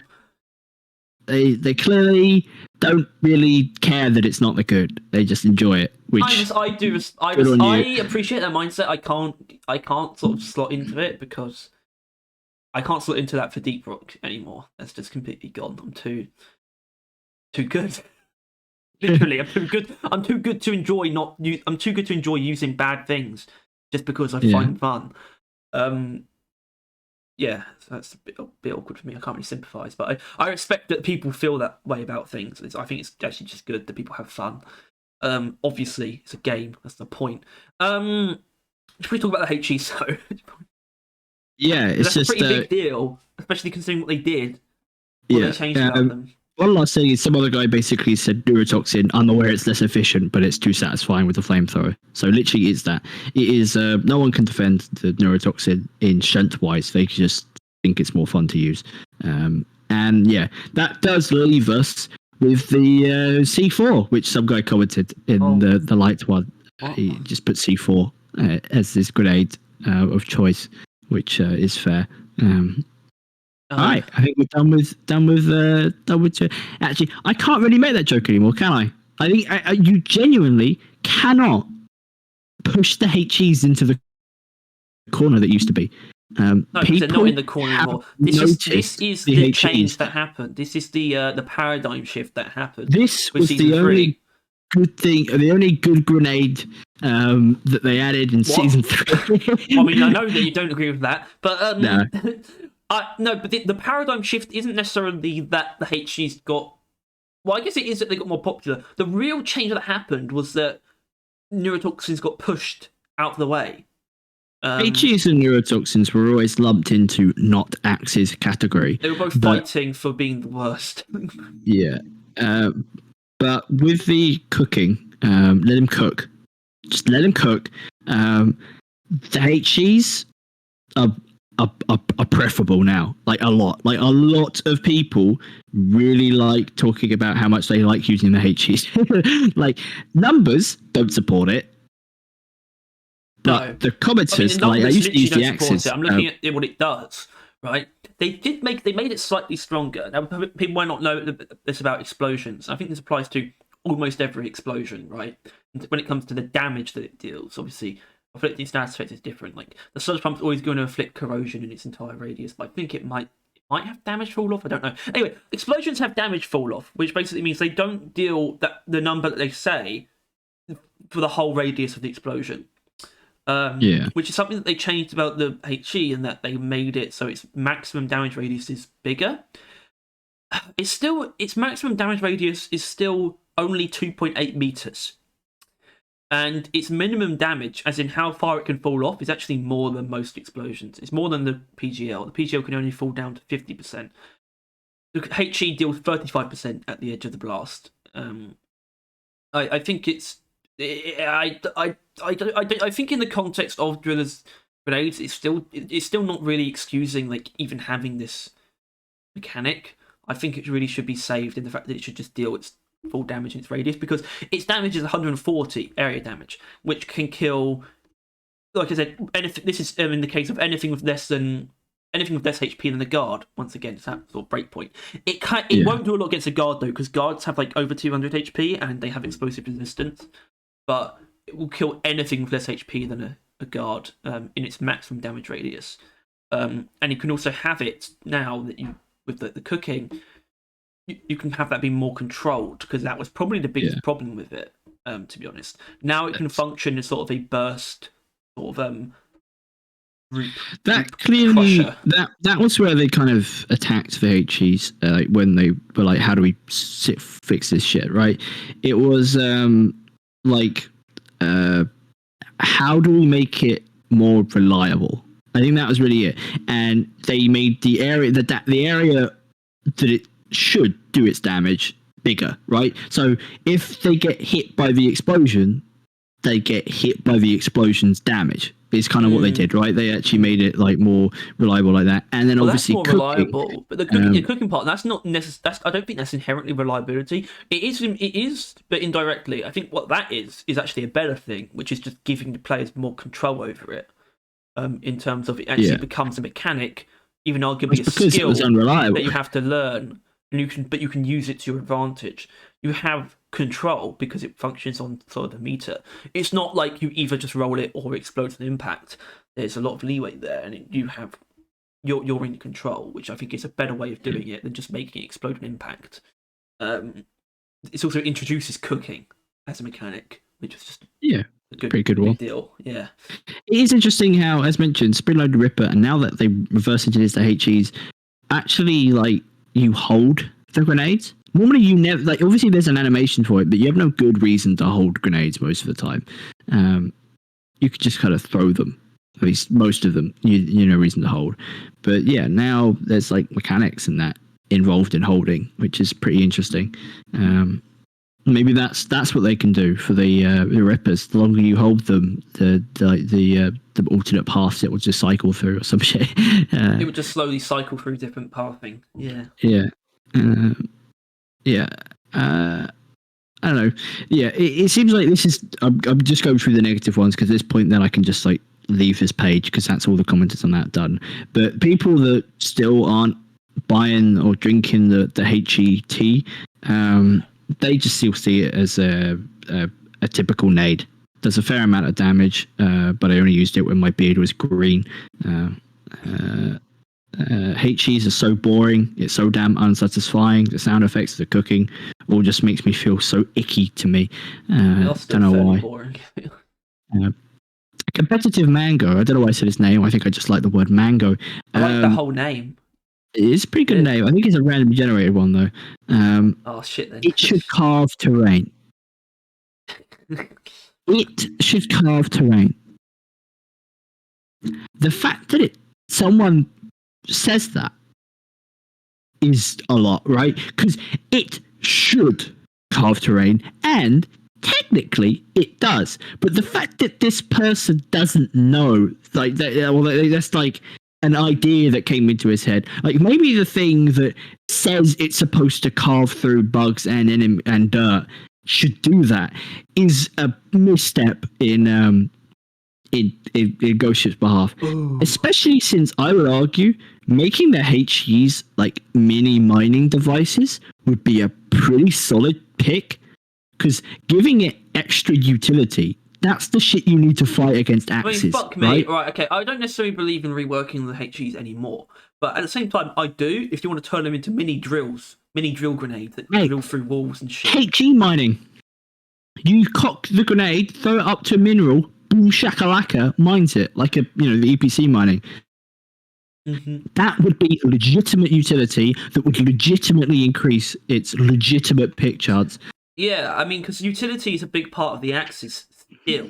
They even nerfed that part of it. Hasn't gone away though, because you can still use it to clear plants. Like, you can still use it to clear hostile or just any kind of obstructive flora for free, and you can use it to do things like open Evo nuts and all kinds of stuff. I think it works in Gunksies too. Actually, I think maybe the Gunksies actually consume it. I'm not sure. But it's all sorts of things that you can do with it in terms of utility. I think just outright giving HGs the ability to mine minerals is far from a bad idea. Not bad at all. I think that should be something for the Ripper as well, to be honest with you. I think maybe it should have like a damage minimum, like axes. In that, like, if it doesn't deal like 200 damage to anything, when it just like folds back into a box when it ends. It doesn't shatter into a million pieces. It just like becomes a pick-upable again. Yeah, you can use it as a lawn. You could literally use it as a lawnmower. Literally, yeah, you lawnmower everything. And if it does accidentally hit anything that's like insignificant, then well. Like, I mean, how much health does a cave leech have? Enough. That's like a full hit of the Ripper. I think it doesn't. Yeah, no, well, it still works. But like, yeah, my point is that I think that would be a shout. Because, first of all, I think it'd be funny because then you could actually use it as a lawnmower. But yeah, once again, a little bit more utility to it. That's what you need to kind of add to all of them.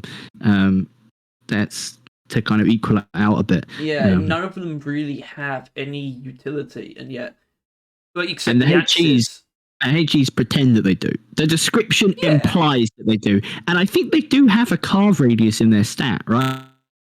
Right. Like, I think pretty sure they do, don't they? Not on the wiki. No, I think they do it because it's not worth talking about. If Carl is like just says exactly what it is, no, not a part of it. Carve radius isn't a thing. Yeah, Carl.gg. Armor breaking, fear factor, effect radius, air damage. No, carve radius ain't a thing. Does a lot of other random bullshit. No one ever talks about its armor breaking and fear factor. Do you know why? Because no one's ever noticed either of those things, I don't think. It should have much stronger fear factor, really, because otherwise it's not. That could be a genuine use. I don't know. Sure, but like fear, that's the sticky nade, right? Like, just let that be really good at fear. The sticky nade isn't good at fear. It just does a lot of fear on direct contact. Apart from that, it's actually the same. Still, yeah. Why are two grenades doing the same thing? Because they're essentially the same thing, right? They're basic ass grenades that deal fear. One's just sticky. So therefore way more convenient to use. And I don't know. I think just I think it actually having like a sizable carve radius to it. So you would be able to cook it, throw it, break red sugar on the ceiling. Well, maybe not that hard.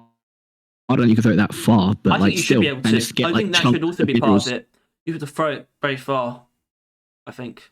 Maybe, yeah. I always think about, first of all, Borderlands 2 specifically is just a fucking treasure trove of ideas. If everyone's watched, like, we can only throw it as far as 1.5 seconds, right? But well, no. The point is, there's a grenade called the fastball, which you essentially just throw at like 100 meters per second. That should be its own grenade, I think. Yeah, but it should be its own grenade. But I feel like that's what I wanted them to do with the HEs before they added cooking to it.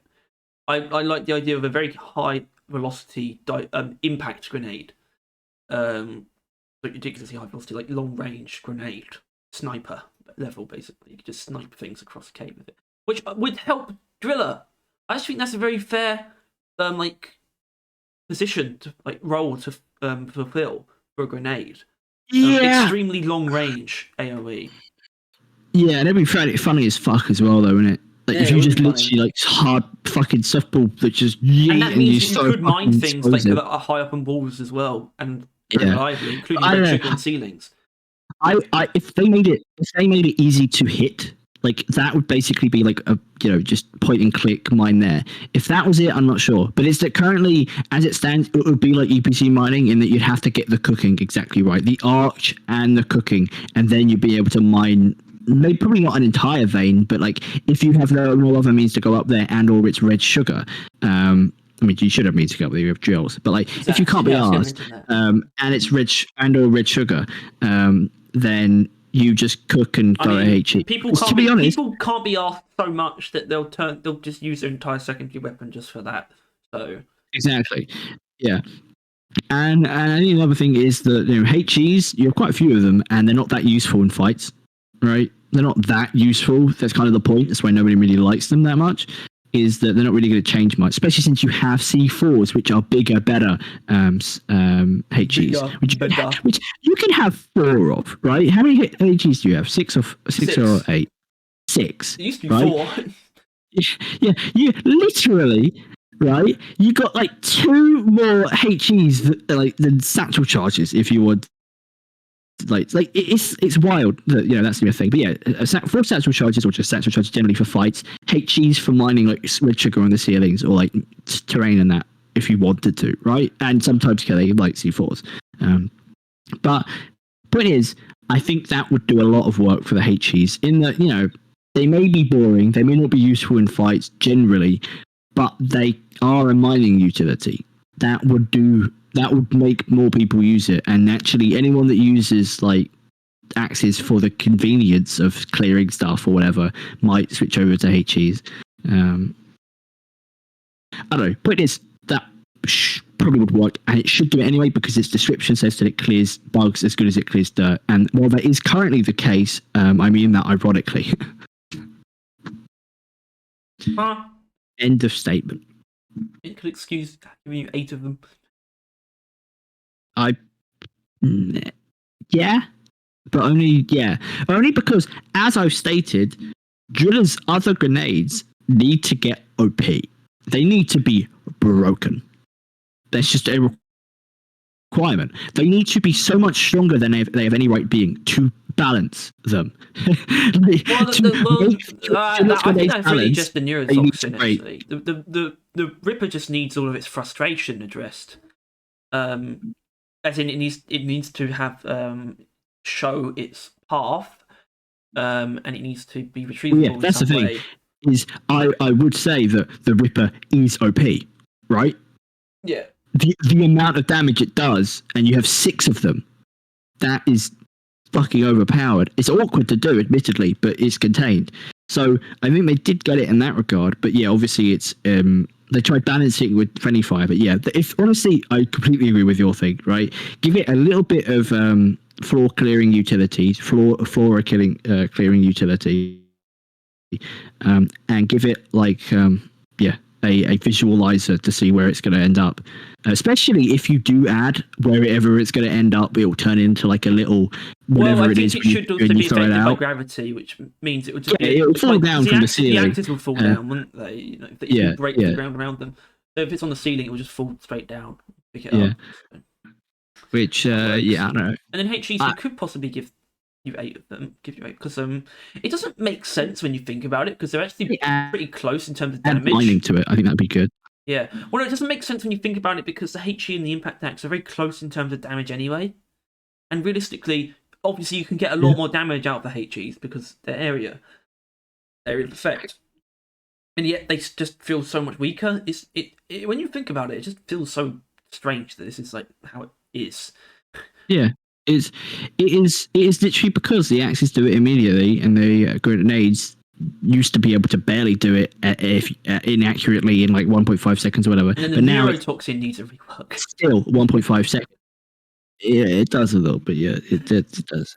Come on, if they thought the HE needed like such a big change as like adding a cooking mechanic to it, I think the neurotoxin grenade could get some help. Really interesting if it doesn't become a neurotoxin grenade. Not that they like doing changes like that anymore because they're scrubs, but like if they add a new status effect that doubles like other status effects or some shit like that, right?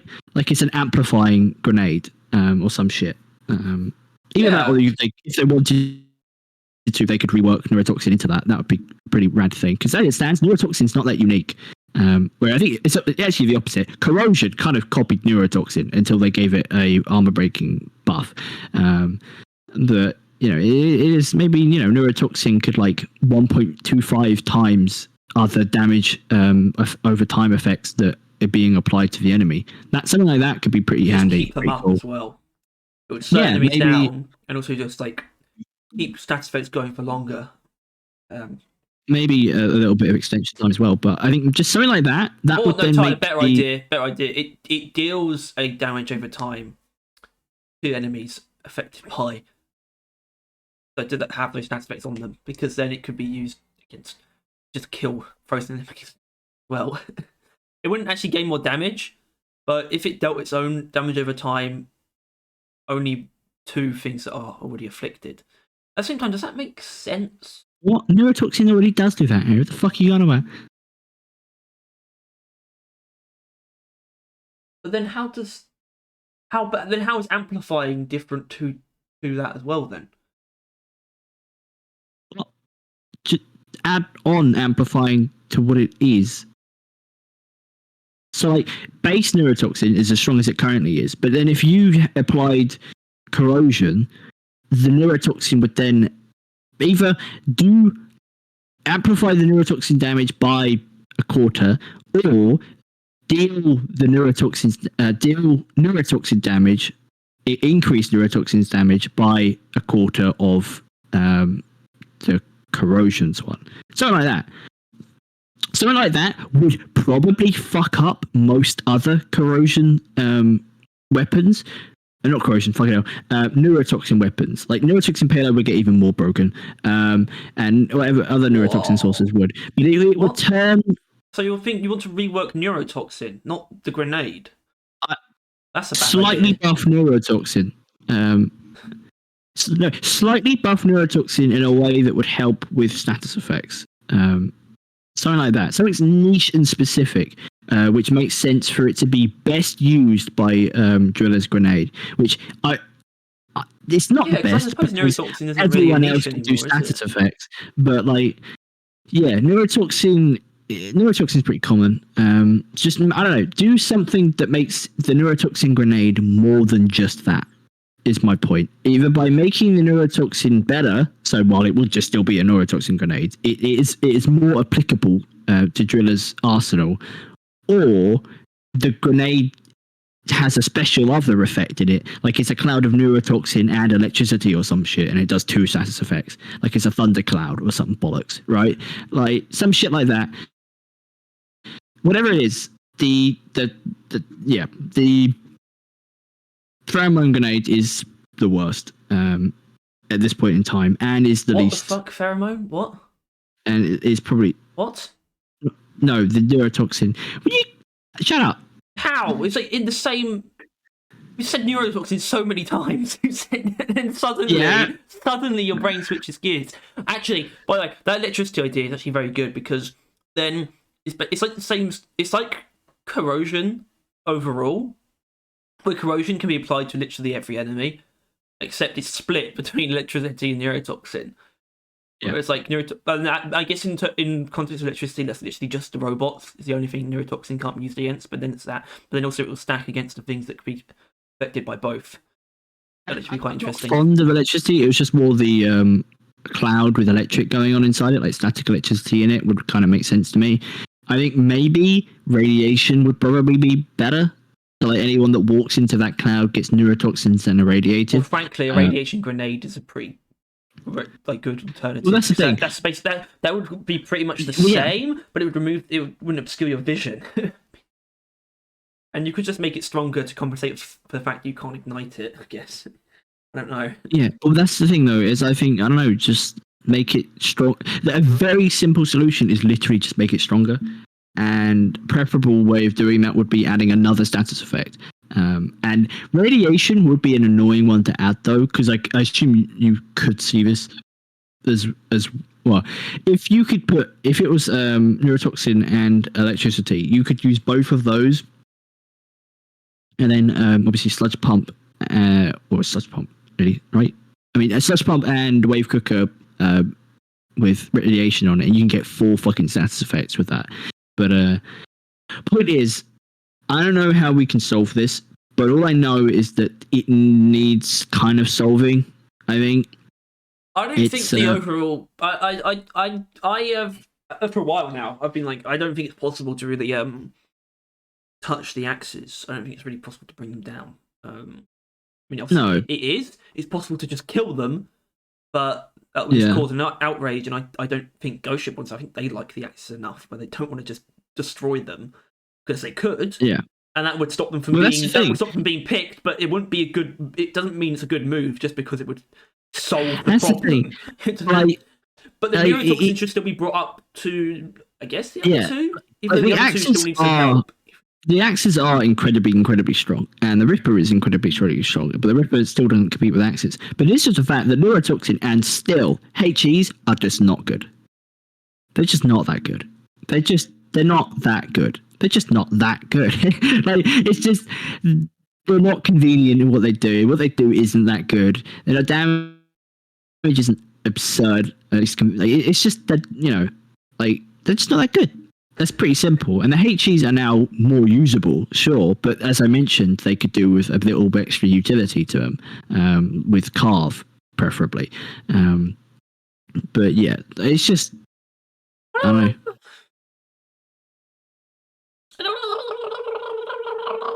Was that disagreeing? What? Have you used HEs properly? Because HEs? The thing is I'm like, okay, I'm going to use HEs. I used them in one mission, and then I'm like, okay, I have used HEs. And I realized that is not the case. I have to use them for 10, 20 maybe, to actually say that I've used something. Bro, I don't think I've used neurotoxin grenades in 2 years. Not even kidding. Maybe we'll do that tomorrow. We'll give the grenades a try, shall we? I think we did that. I think I made a point of that on a previous stream, sort of closer to Season 3 launch. As in closer to after launch. When I just wanted to just use the HEs. That was just I guess that was the point of any stream that we did around that time. Using new stuff. Whatever, bro. Yeah. And I think I really should kind of wrap up Driller at this point, but just some other miscellaneous stuff. This is long enough. I use HEs with flamethrower slash debater, axe with cryo EPC, and Ripper with sludge and microwave. What's there to say about Gunner?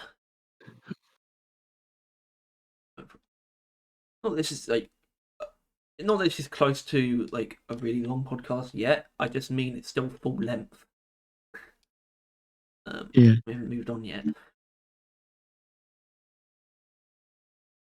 The other guys. Point is, people do like the change of HEs. They definitely did make a right call there, but there is still a little bit more work to be done in making them useful in things other than killing, which is kind of what axes are. They're very good at killing and they're good at other things. And Neurotoxin's not good at either. And Ripper's very good at killing, but also your teammates. And also they don't do much of anything either. So there's still work to be done, but I don't know. I just find it very interesting that Driller still has a grenade problem. Thank you, ladies and gentlemen. Thanks for listening to our TED Talk. Idiots. Yeah. Don't actually no. Don't say idiots. That's mean. Balls. All right. That's better. Is it? How is that better? It's. I Someone don't tell know. me how that's better. I can't. Not I'm you. a fool. Yeah, exactly. You're a foolish poo. All right. Hey, that's a step too far there, bud. Right, which one? Favorite. All right. So What? It's engineer next, right? engineer Okay, this is the next. other big one. These Yes. have been out for 4 hours. So a sizable amount of time. They got the favorites got 430. The hated's got 270. So not the biggest data pool ever, but there are some things to be gleaned. No. Especially since there isn't in a part of it, which is very interesting. But something that can be said with 100% certainty, shredders have taken over engineer. 436 people voted, 266 voted shredders. They have become a fucking monarchy over engineer, and I'm not surprised in the slightest. I think we both agree. What do you mean we both agree? Or at least we saw it coming at the bare minimum. Right, I I like saw this shredders the coming for most. sure. Yeah, like shredders are, as mentioned, they're not an engineer grenade. They're not. They're conceptually sure, like repurpose shredders. That's like an engineer character thing, you know, like summons and all that jazz, right? But they do not require setup. They are incredibly forgiving. You can throw them down when there isn't a swarm, and they will still gain like stuff. Yeah, well, because you likely have some enemies spawn in a lifetime. I'm gonna go straight for the jugular. It's a pretty similar situation to the axes. In that it's just so difficult to not get a lot out of them. Axes particularly. I mean, I so often when I'm using axes don't end up using all of them. As in there's almost an excess. Shredders not necessarily, but I think it's just a case of like I said, it's very difficult to not get a lot out of them. Whereas like it's just the reliability. They're so forgiving in how long they exist. But it makes a lot less sense to me if you use your brain. You can figure out that they're the others are just as strong, realistically. Yeah, but as mentioned, it's because shredders, boom, instant, bam, they're doing exactly the pinnacle of what they can be doing right there and then. Lure, but I don't think you agree that they're as strong as the others. Plasma Burster requires momentum to be accounted for, and like lining people up, grouping them all up. Well, Proximity mine requires use momentum to bring them up. It's one of their best features. Is that momentum something that affects them greatly? One of the coolest things about them. Which is why you need to keep in mind your momentum to actually use them at peak efficiency. That's true, because it's hard for it to be detrimental, though. Point out your momentum. It just doesn't. But still, it requires a little extra. And I would say the plasma bursters were the most just used to help me immediately of the lot, and it still required that little bit of thought. Proximity mine's the most so, right? You place them expertly, they fucking carry your ass. You place them terribly, they kill your ass. Obviously, kind of same with the plasma bursters. But proximities require a lot of forethought, a lot of forethought planning, a lot of playing the game as an engineer, and obviously lures less so, but still the case, right? Lures, you have to put them in the right place, otherwise they don't fucking matter. But they barely matter anyway. But it is, shredders are easy. They're too easy. They're unhealthy for engineers. They are a crutch to engineer players, which is why I've suddenly been able to play engineer a ton, because shredders are a thing. And it's just easier now. Engineer is easier to play, and is just simpler. That's just how it is. Shredders make you better, but not make you better. Make just playing the game easier. And they are free damage. You don't have to do anything to contribute to their damage other than spawn them when there's enemies in existence. Like whenever you're going to a new cave or a swarm's coming or you hear an ambush, just press a button and you've won. That's what shredders are. Axes are harder to use than shredders, right? Like that's really what it comes down to. And it is just the fact that that's why we're seeing such an overpowering number of shredders players, because, you know, if you're not an engineer main and you don't value that kind of level of things, you're definitely going to pick shredders. And then even then, engineer mains still like shredders, because who doesn't? They're fucking cool. Interesting. The shredder's total damage is actually higher than proximity mines. If you look at it just on face value, I mean, I think the shredders are actually limited by actually the single target aspect, because the total damage out of the shredders you can get is 2,400. The total amount of damage that the proximity mines deal in their explosions is 1,840, but obviously that's also in an area. That's the damage for the shredders. That's just based on their the total, the damage cap being 140 spread across 5 shredders in 4 grenades. So you can still get a lot more damage out of the explosive ones, but the shredders actually have more on face value, more total damage. So you'd have that going for them as well. But obviously, I did explain that you can get a lot more out of the explosive ones technically. But yeah, I think they're actually. I honestly think, despite this, they're actually very well balanced. The community sort of I guess it's just the number of people using them just doesn't reflect that. It makes it seem like they're overpowered, but I don't think they actually are. Once again, I agree with you. They're as strong as the other ones. They're just so much easier to be as strong. It's really what it comes down to. Well, that's they the are thing. so no. much They're not easier. easier to be as strong. They're just easier to be them.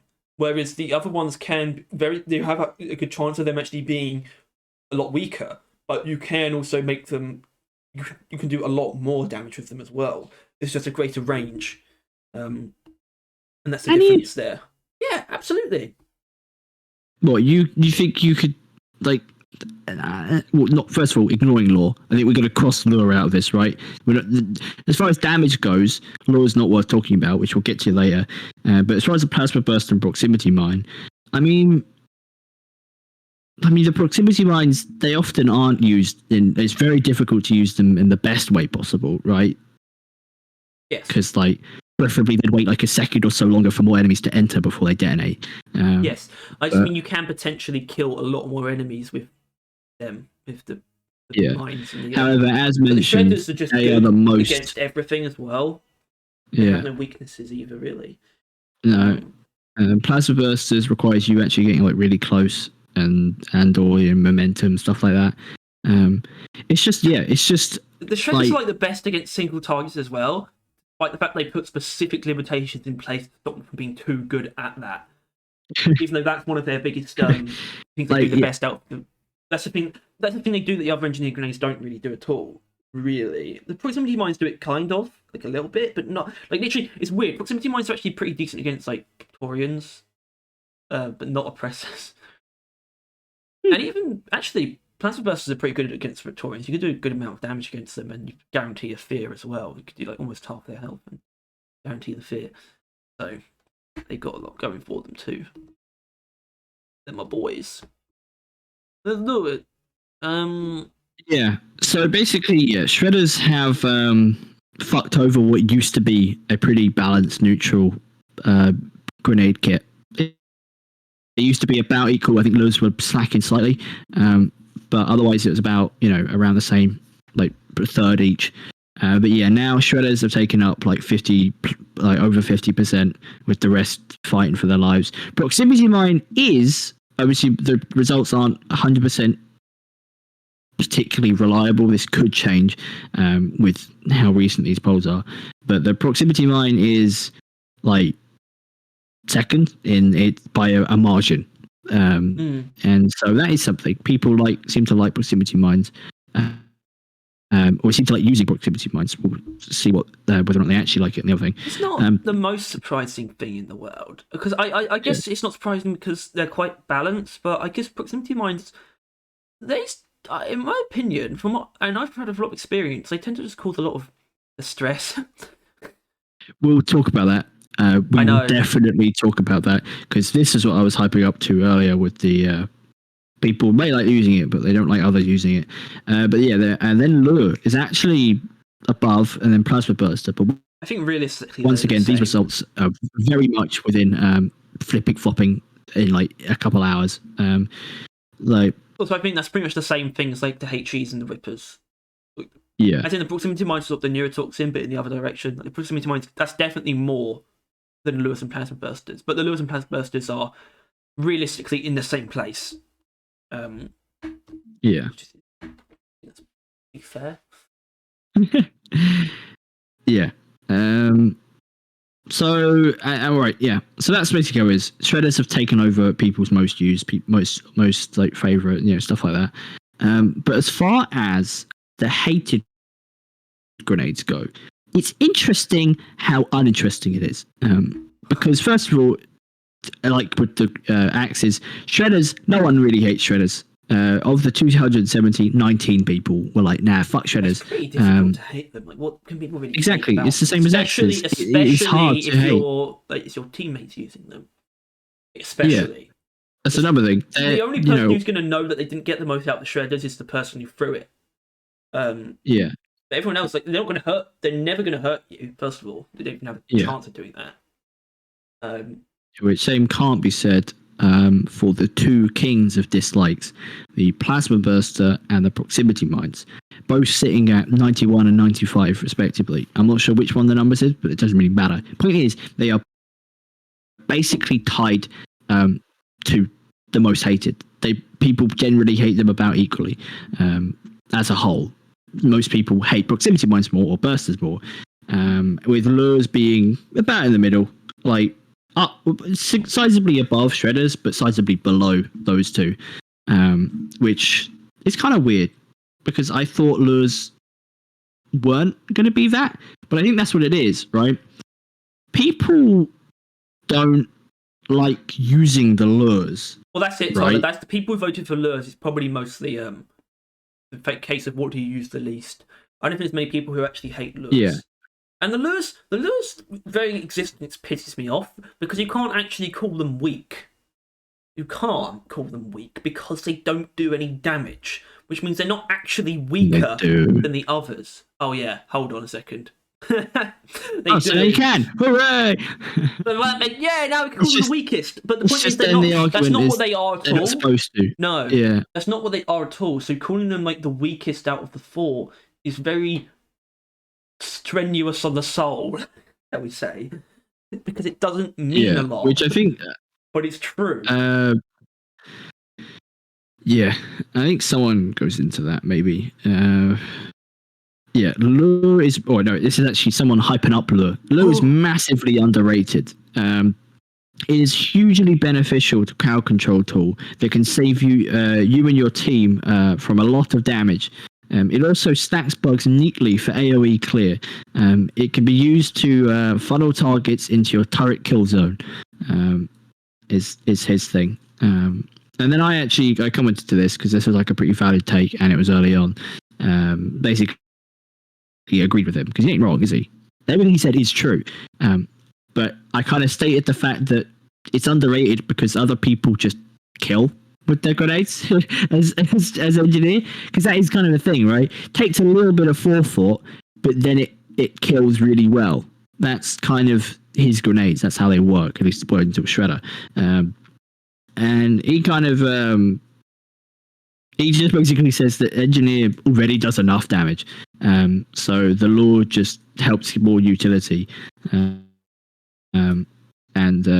he actually has to adjust to other grenades when he's using lure. Because for me, it was like most people have to adjust to not doing damage with their grenade, but he's like the other way around. And having a pocket stun feels way more clutch in tight spots. Which I think you would. Yeah. Would you disagree that the lure is a pocket disagree. stun? I don't think they work in clutch situations.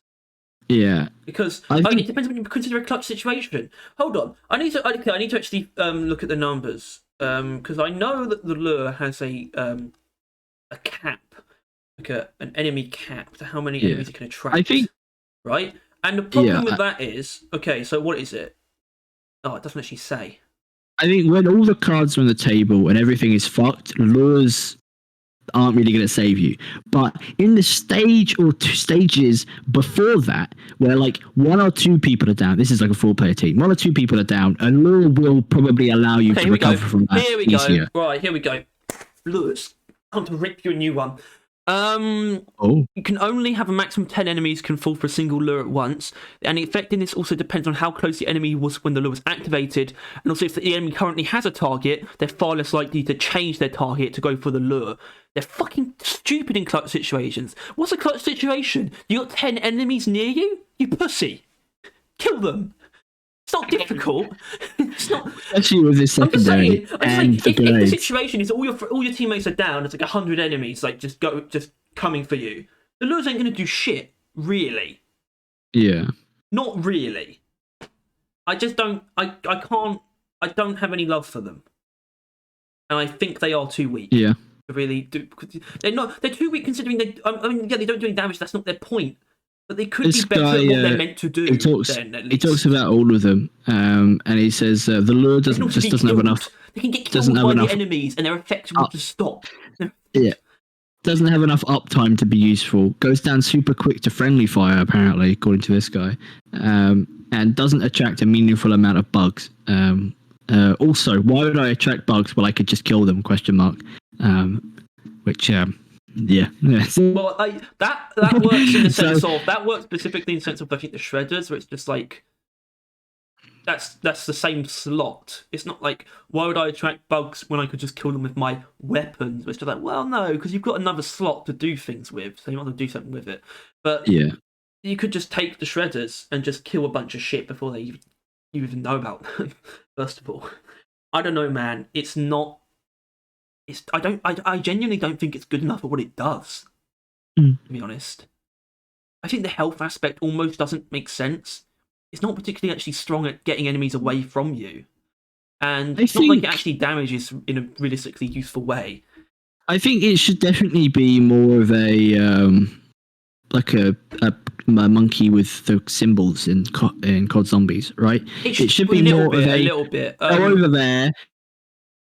And in about 10 seconds, as many enemies as it can, or like a really high cap, like 25 maybe, it'll pull them all in and then like electric charge out. And it's like... Hold on, you know how turret aim discharge is has a closer, like strong explosion, but it also can electrocute enemies like in a massive radius.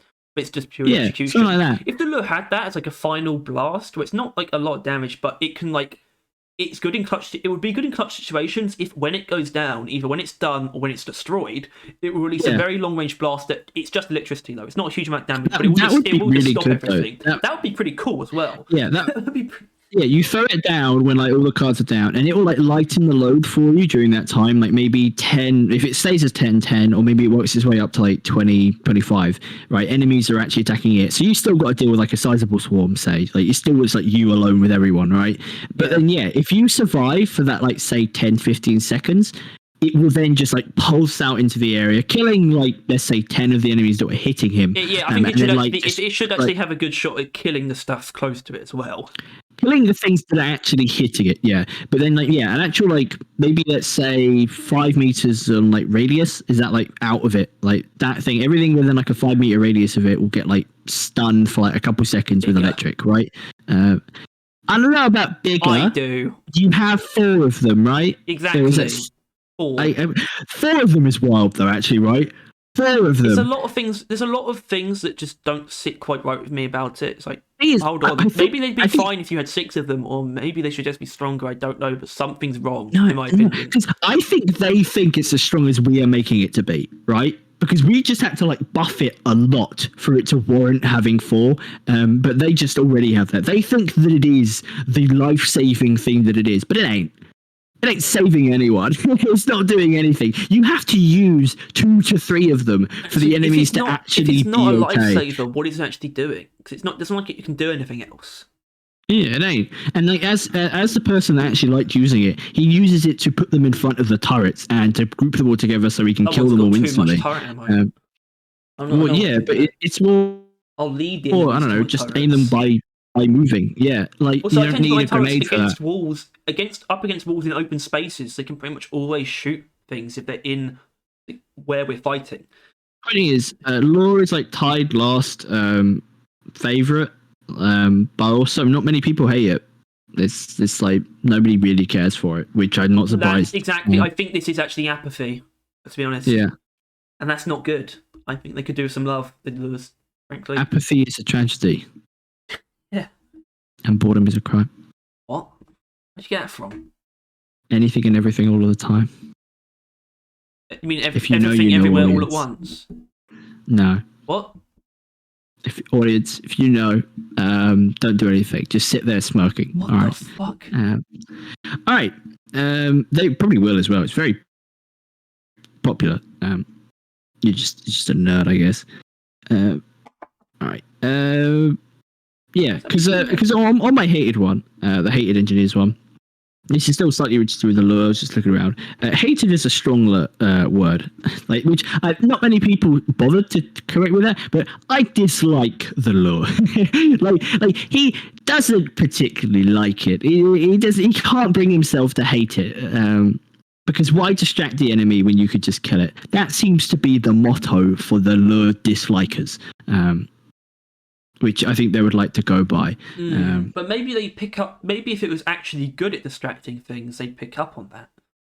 Yeah. Also, I want to point out. I don't think having it like I don't think having it be like the monkey, the symbol monkey from Zombies, have it be like that is a bad idea at all. Especially when you consider how automatic the shredders are and how strong the other two are.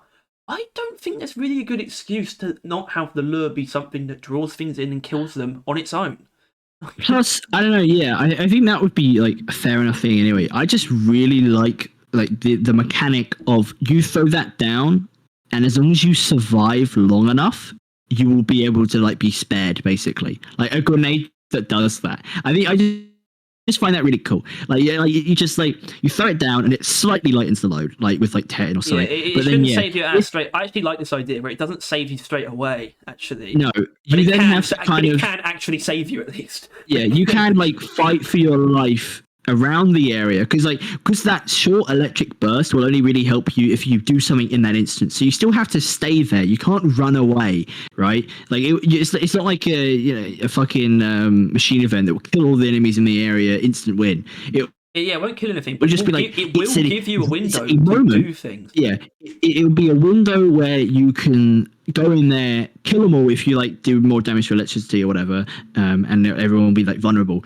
Or it's an instant where everything's kind of like whoa, there you can like get some revives down basically. Some revives, take some resupplies. Maybe you need to take a resupply. There's more than situation than that. There's even more situations than that. I mean, like if you need to put a resupply down, you need to build turrets. Or if you need to even deposit nitra to call in the resupply. There's a lot of reasons. I think it would have some really... You still have to earn that window as well. But that's not even a possibility as it stands. And I think it would be a really interesting thing. Because first of all, 4 grenades, that is important, right? Because not many grenades have so little, right? And one of them's fucking lure. It doesn't earn being on the lower end. No, but if it literally it is like a mini fucking shield, right? In that it will give you a moment, just an instance where you can bring yourself and your team back up, or your team really. You're going to be that small, back up and really standing a fighting chance against like an unwieldy horde. If it was like one of those things, that would be really fucking cool. Not to mention it would have other more casual uses, like if you want to leave a bunker. Like mid-swarm or something, you would throw a lure down the entrance, fight for the next couple seconds or whatever, and then it would give you a moment to leave, like where everything's like kind of stunned, like whoa, like I don't know. I think it would be really cool, if a bit broken, but hopefully it wouldn't be that bad. Like I don't know, I just think it's really interesting how lure has 4. I think that really needs to be brought up in its current state. In no universe should it be one of the rarest grenades, like the least. Like you can have the same amount of satchel charges as lures. Mm-hmm. You can have the same amount of satchel charges, which will completely detonate an entire fucking horde to lures that will attract 10 and give them a light shock at the end. So, just a bit of penny for your thought. But that really isn't even the main thing. And lure is interesting because it's so uninteresting. But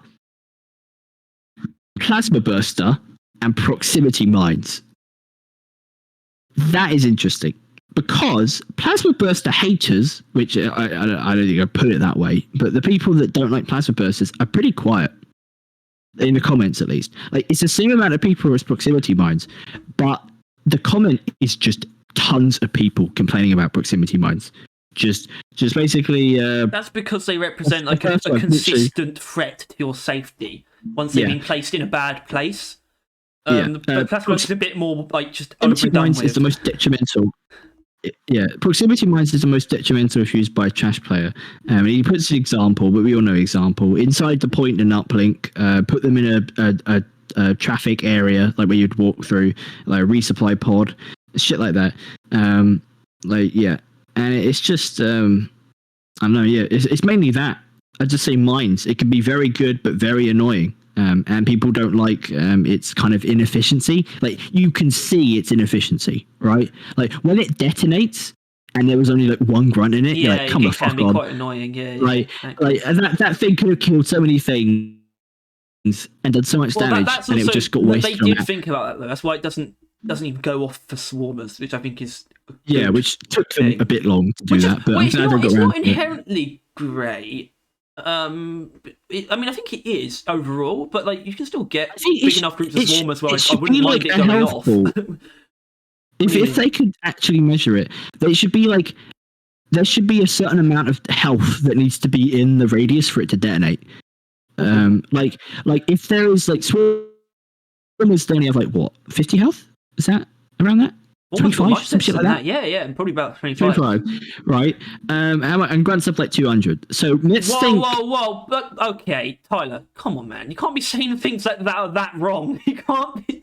Aren't they? 108 is the grunt. What? That's standard. It's 108. Proximity mine deals 110 area damage. So it always kill a grunt pretty much. Let's go with like 200. So if there is 200 health worths of swarmers, it will fucking detonate them, which I'm sure everyone will appreciate. That's but also really good then like 2 grunts, which is maybe not preferable, but it's a bit better than 1 grunt, right? And maybe more numbers, but the 200 will allow swarmers to be an option, basically. Because if you put it up to like 300, that's then going to be 3 grunts, but then you're never going to detonate a swarm. But something like that could be worth looking into. I like the idea of being able to pick them up while they're still active, but obviously you don't put it away. You have to re-throw it somewhere, and you could throw it while it's still active into like a crowd of bacteria, and it will go off. Well, it'd take a second, wouldn't it? But yeah, but you can still do that if you timed it properly. Yeah, but obviously people's issues. I mean, people and don't. It would go off in your hand, by the way. It would still be active. So if there was enemies near you, it would go off in your hand. Yeah, people don't like using it because of that, though, right? Otherwise, people actually really like using it. They're really strong. Like nobody's saying they're weak, right? But except one guy did, but I swear he got downvoted. Well, frankly, I don't think proximity mines are the ones that need a buff. No, proximity mines are very good. It's just slightly unpleasant because of how visibility its inefficiency is. But the distaste towards it comes from obviously the fucking players getting hit by it. It's just mines are the worst. What I hate the most, definitely the proximity mines. Thank God shredder nades are a thing now. Now Greenbeards can get kills without harming teammates. That's another positive with the shredders, which was why they're just fucking taking over. I don't like the mines, and I hate it when others use the mines. They place it badly. For a general tip, just for people who use mines, it's more often than not the floor isn't actually where you want to put them.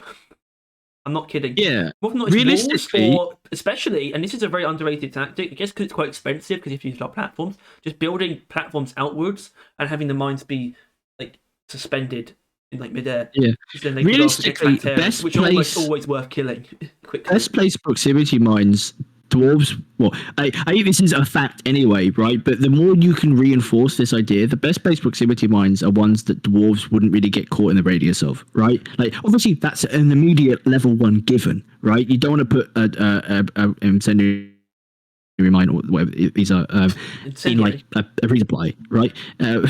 Like, you don't want to be doing that. But also, like, then on walls, places where dwarves won't tend to be often, like stuff like that, or like hanging from the sky with platforms. Bugs come round on the wall. They climb on the walls sometimes, and if you can use your platforms to push them up the walls if you're smart.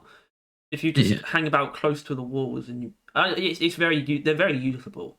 And I like that they make that. I mean, I don't think that upgrade repellent additive for the platform gun is essential for them. Although it is, because I think a lot of people use proximity mines without really understanding that upgrade. But they still complement each other. I mean, obviously that's what repellent additive is for. It doesn't really work with anything else, and it's very hard for its usefulness. It's very hard for it to be useful enough if you're not using proximity mines to be worth taking over more platforms. So yeah.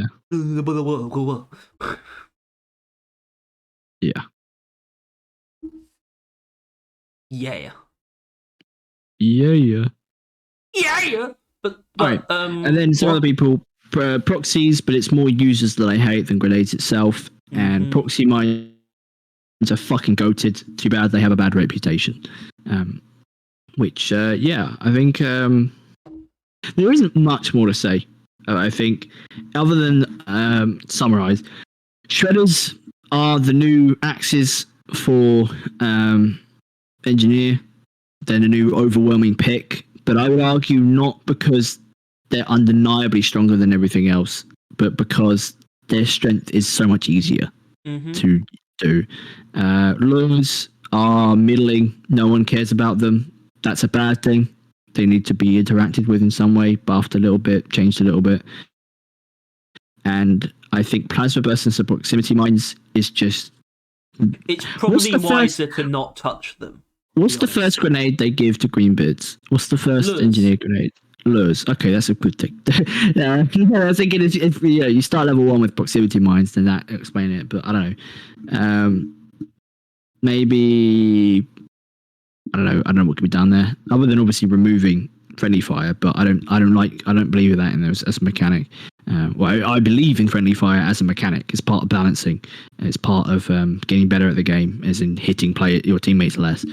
Doesn't make a lot of sense. But I don't know how I feel about you taking more friendly fire on higher hazard levels. So that feels a little bit artificial in terms of difficulty.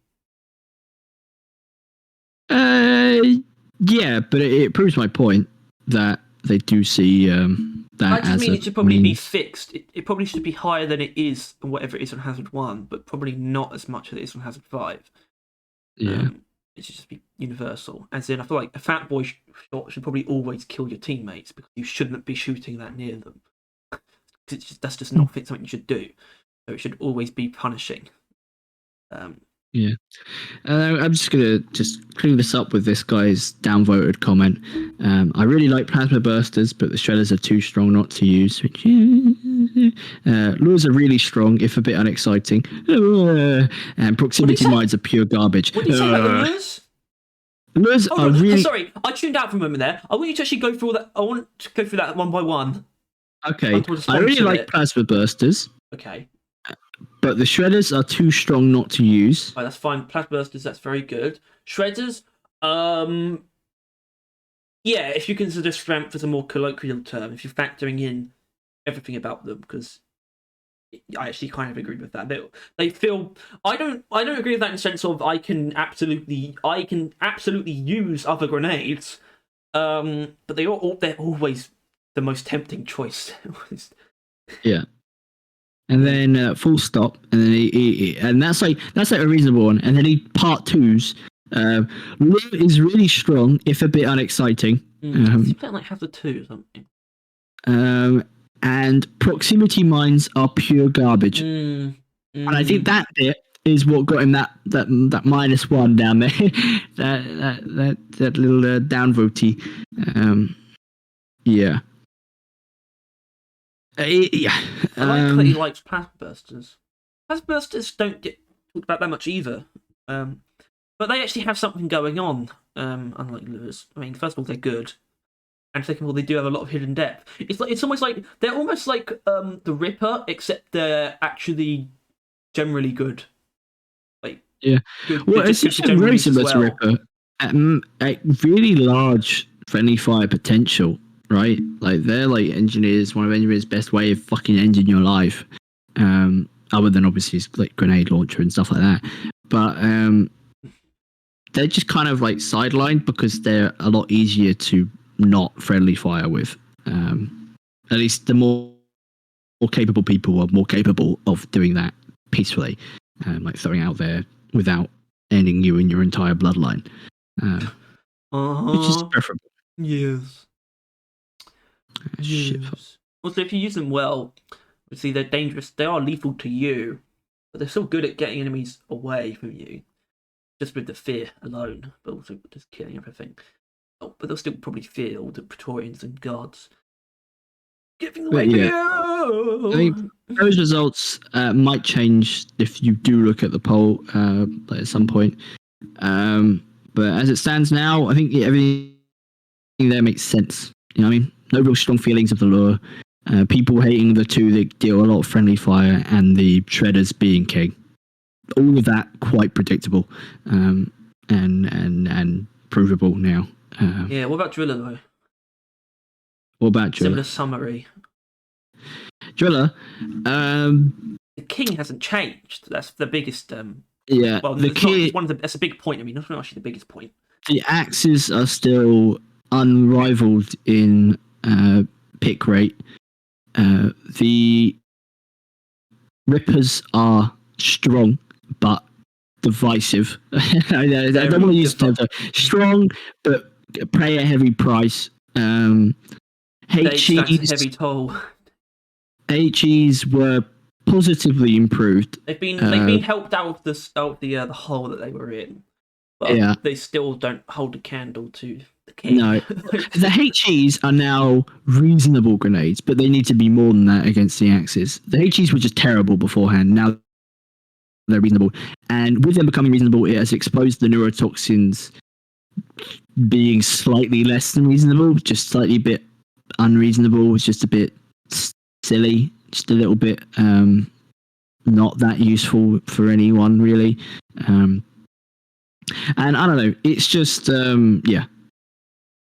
Driller's situation hasn't really improved, arguably. There's been some like changes and sort of I don't know, reveals, I guess you could say. Or some things have sort of moved around, but the overall problem hasn't changed though. Yeah. The axes are still king. Well, the other issue was that HE sucked ass. That has been fixed. But they didn't fix the fact that neurotoxins also sucked, and now they've added a new grenade that everyone fucking hates. So can't arguably say that it's better off than going into season 3. And I would say the same thing about Engineer. As much as I love the shredders, I wouldn't. I can't say it's not the same as Driller at all. It's own, as in because I guess it's because the shredders. No, it's not the same as the drillers. The other ones, like specifically the proximity mine and plasma bursters, have always been very strong for Engineer, and they've always been around as well. And they're not going to get weaker just because something is more reliable has been introduced. No, I know, but it's just. I'm actually annoyed that this hasn't exposed how bad the lures are to more people. I think that is the thing. I honestly, if we were talking about right strength-wise, everything's fine. But if we want to actually equal out the pick rate, you would need to change the swarmers' deployability. The shredders would need to be nerfed in some way. Shredders should come out of something, and that something should be thrown down, and they should come out of it somewhat slowly. I think that's what they need to do. You need to throw down a little spawning mechanism, and then like the 5, is it 5? It is 5, right? The 5 will slowly come out of it like 1 per second. I think you need something like that, and I think you'll see him start balancing out again.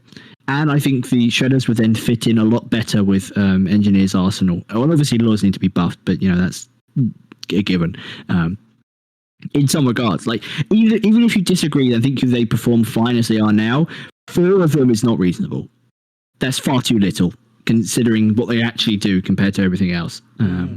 So they need to be buffed in one way or another. Yeah, and we prefer them I being think that's and having more of them. I'd rather they be made stronger in a lot of ways, actually, as well. Like not only in everywhere that they already have. Actually, I suppose everywhere they already have includes the damage, because they do have that little bit. But look, just whatever. Yeah. Whatever. Either way, basically, I it's not like we've said it, but we're not doing the other 2 today. We're not doing the. No. There's not much. No, but there might be though next time. And also, we might have something else to talk about next time as well. I think I'd rather just follow this up, whether that be just part of the next one or the whole of the next one. Either way, I prefer it instead of just tacking it on now, where we've been going for a long time already, and we're sort of even if there is less to say, I feel like we'd also be forcing ourselves to say less than we could anyway, because I haven't actually even looked at the Scouts ones yet. Yeah. Is this actually what? There is quite a bit to say about now. 2:30. Right. Hours, so it's still not even our longest one. But yeah, I just think to move on halfway. to like what could arguably like this could be a part 1, but to like move on to basically what would be part 2 at this time in the recording seems a bit ludicrous to me. I guess, yeah. And also, they are much fresher polls. Pretty simple. Yeah, I don't know how much more they're going to get, in all fairness with you, because people are people. They're kind of having enough. Like they're just not getting as much attention at all, and not as anywhere near as many comments. So, I don't know. Well, I guess the Scouts one actually is saying a fair bit, but Gunners isn't, and that's saying something. So yeah, but I still don't. Well, I guess it would be. I just don't think it's worth waiting another week for. That's my thing. A week, no. Okay. That's my. I think we can just. I don't, because I don't think this is something worth. Like, this isn't a matter that is like a bad thing that we're going to be skimming over it. It's just grenades, right? It's just that there's a lot to be gained from these polls, and I don't know. We just need to kind of state them. Like, and as mentioned, there is less here to talk about inherently. So there's less comments, less all that stuff. Especially since, because fuck it, I do need to go to the toilet first though. I do. Yeah, okay. But I just think we can just get this over and done with, because I don't think this needs to be dragged out longer than it needs to. We can just get them all done. I mean, it already has been. Yeah. Okay. Because we just suffer from insanity. I enjoy every second of it. We're back then. Yeah. Yeah. So basically, just to wrap up, Engineer. What? I forgot this. We'll do it later. Literally, just because this comment is so good, and it wraps up the reason why swarmers are so good, and I don't want to do it later. One reason. Roman C is who did this comment. Damage enemies often with little damage, allowing you to beat them with melee and with vampire. So it leaves them on enough health where you can melee vampire them, which is a pretty valid one. Don't need to aim. I could appreciate that one. Protects you while resupplying, very good as well. Like, one that you can actually throw on a resupply and it protects you, unlike proximity. And it saves ammo because each shredder will hit multiple small enemies instead of needing multiple grenades for some leftover ones, stuff like that. And if you have 3/4 and you need a resupply, like if you have 3 of the 4 of them, you need a resupply, just throw one down and then grab a resupply and they'll still be around. A bit like axes, but obviously they only last as long. The point is, the swarmers just have too much utility in that regard. But yeah. Moving on to Gunner. I didn't want to leave that out. I just wanted it was just too good of a very simple reasons why the Shredder Swarm just kind of stand out-ish from the rest, which I didn't really cement in. There's an argument to be made that Shredders were always going to be that, and explosions were always going to have, like explosive grenades were always going to have those downsides that Shredders cover for. you'd have to just dumb down. You'd have to make sure there's less like themselves to really cover Yeah, any and of those. put them on Driller. But yeah, Gunner's Grenades. This is getting more and more recent. Both of these are around 200 votes for the likes and dislikes. And the favourite tactical lead burster for not that big of a size pool, so maybe it might change, is the tactical lead burster. Oh, And I think the fact that it might change is why it's Gunner again, classic Gunner. It is by a margin, 76. Which, you know, out of 200, there is a bit less than 200, but like 76 is the closest the most liked to the rest has ever been, with cluster grenades being second at 47, and then incendiary and stickies at 31 and 30. And basically, while tactical bursters seems to be everyone's favourites, they really love the new grenade for Gunner by the looks of it, which well, that's good, you know, right? So far, 2 out of 3 people. So far, 2 out of 3, the new grenades are the most favoured. Everyone loves it. Oh boy, we're on the road. We're on our way to a hat trick, right? Yeah. Well, we actually are, though. I didn't see it. I'll assume. But yeah, the tactical lead burster is the most liked, but not by much because it's Gunner. And I'd say by enough, though. By enough that it's distinguished itself. I mean, it's a chance that when it comes to Gunner and how boring he is, that this is still the honeymoon period talking. Like, as in, it might have lasted this long for Gunner. Makes me feel it for some reason. Like all the others, it's like, even though, like, the fucking shredder's like shot ahead. I didn't think this was honeymoon at all, but for some reason, Gunner's lead burster being ahead just feels like, you know, maybe they just recency bias. Maybe they can, you know, like. Yeah, and there's no comments to back this up either on the liked ones. That's how just no one seems to be participating in them in that much more anymore, which is why I don't want to save this for another week. It's just kind of interesting in that, Gunner is always pretty balanced. Everyone seems to be, you know, pretty. They're all as good as each other, generally. I think there is something going on here, though. I think there's quite a few things going on here, actually.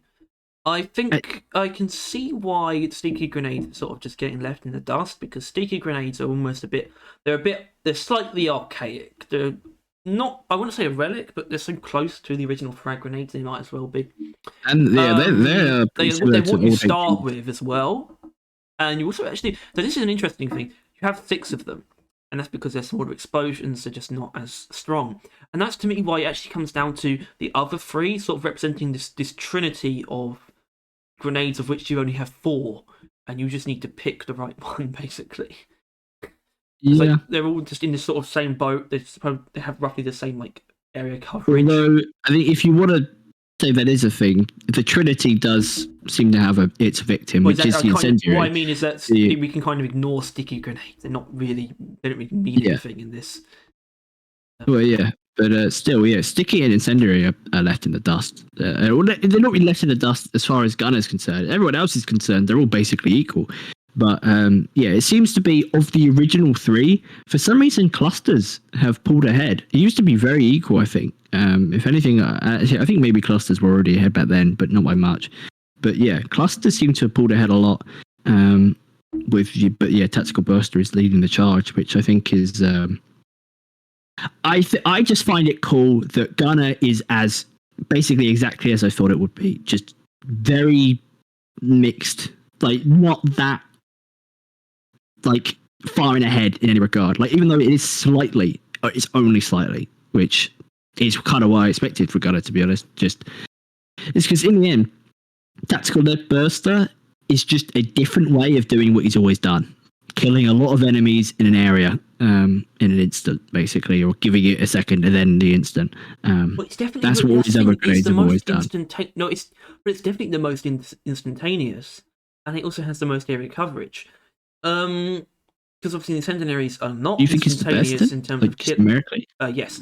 The incendiaries obviously not instant in terms of the killing, and they also aren't as good again. They don't have a great deal of coverage because they just haven't.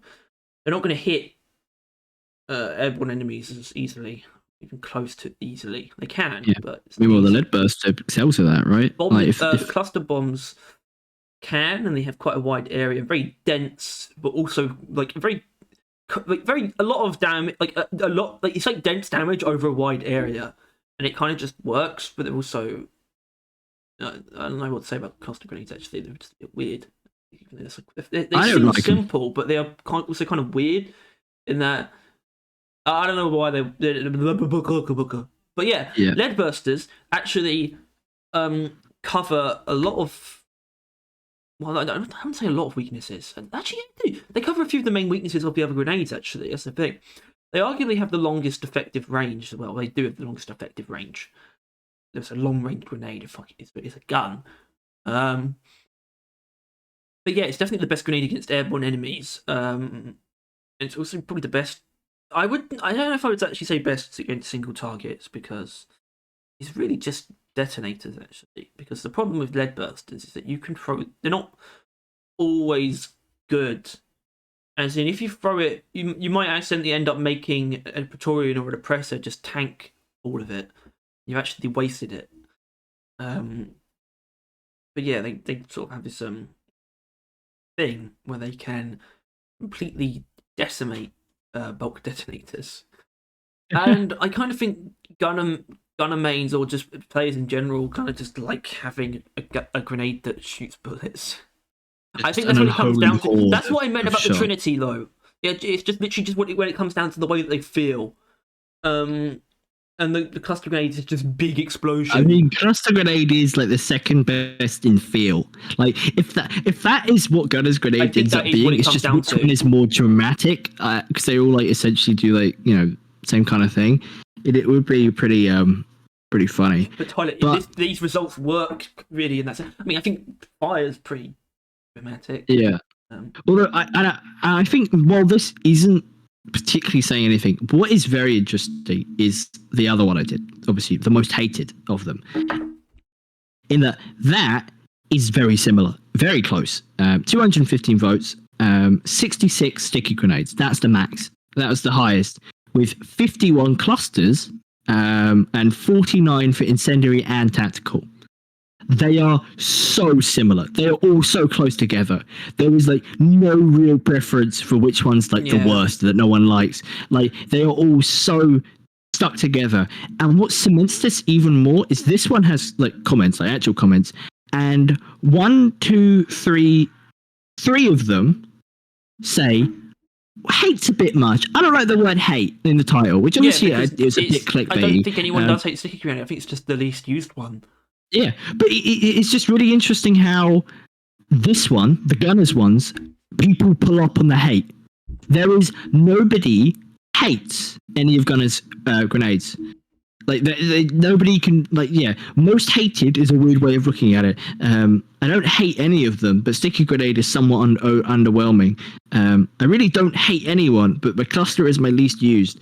And it's just like that. It's just nobody dislikes any of them. It comes down to some of them not quite matching what they want often, and it's just really fucking interesting. I get, but the thing is, sticky grenade falling behind, it makes a shitload of sense because another part of the Trinity is they're just Gunner's three biggest aspects just take it to an extreme. The sticky grenade is just a small explosion, but it's just like you've got this like massive like area of effect for even for bullets. You've got fire, you've got explosions, you've got bullets, that's Gunner, right?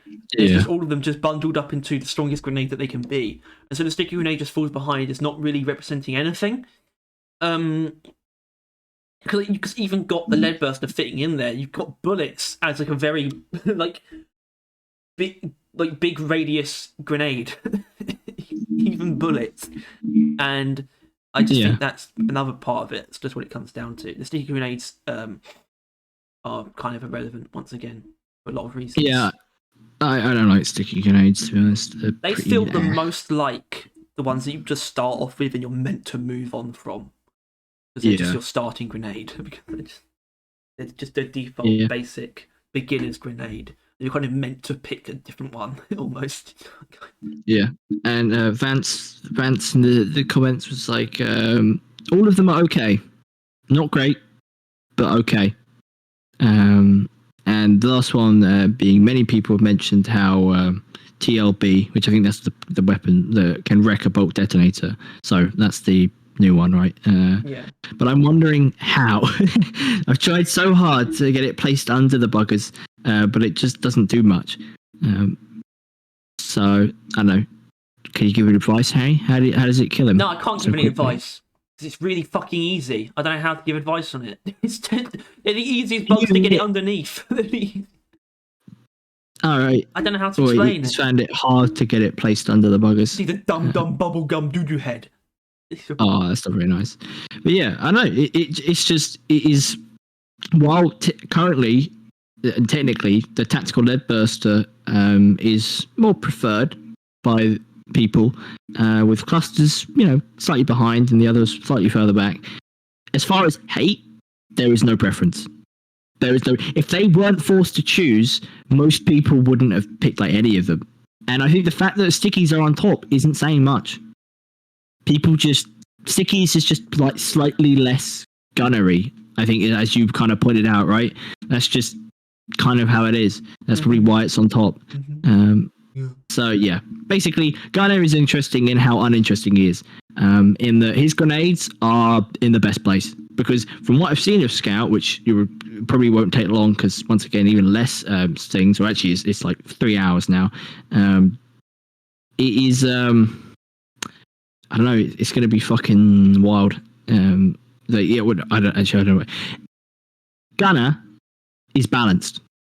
All and his the lead grenades burst are has about actually as good made as him each more other. balanced, I think. Yeah. Almost. The Kind lead of. burster has fit exactly into his arsenal, and people prefer it. I think it's only because it's new and it's cool, right? It's new and it's cool. Because the custom grenade is cool, but it's not new, right? And incendiary is barely either. Probably why it fell behind in most used. And the same with sticky. But like, yeah, it's new and cool. Shoot hundreds of thousands of fucking bullets, and you do good damage with it. And yeah, you can violate bolt detonators as well. So I don't know, stuff like that. Pretty simple things brings it slightly ahead of the others.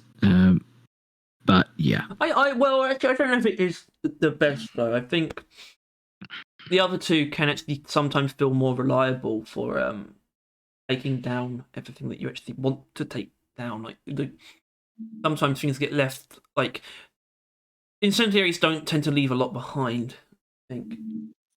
Lead bursters get affected by terrain quite a bit, and actually incendiary definitely doesn't have that problem. It just spreads over terrain no matter what.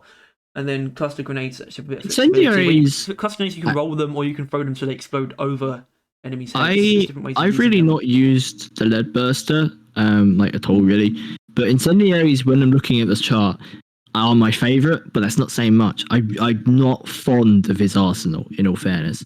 I don't know, I find them kind of boring, like very boring.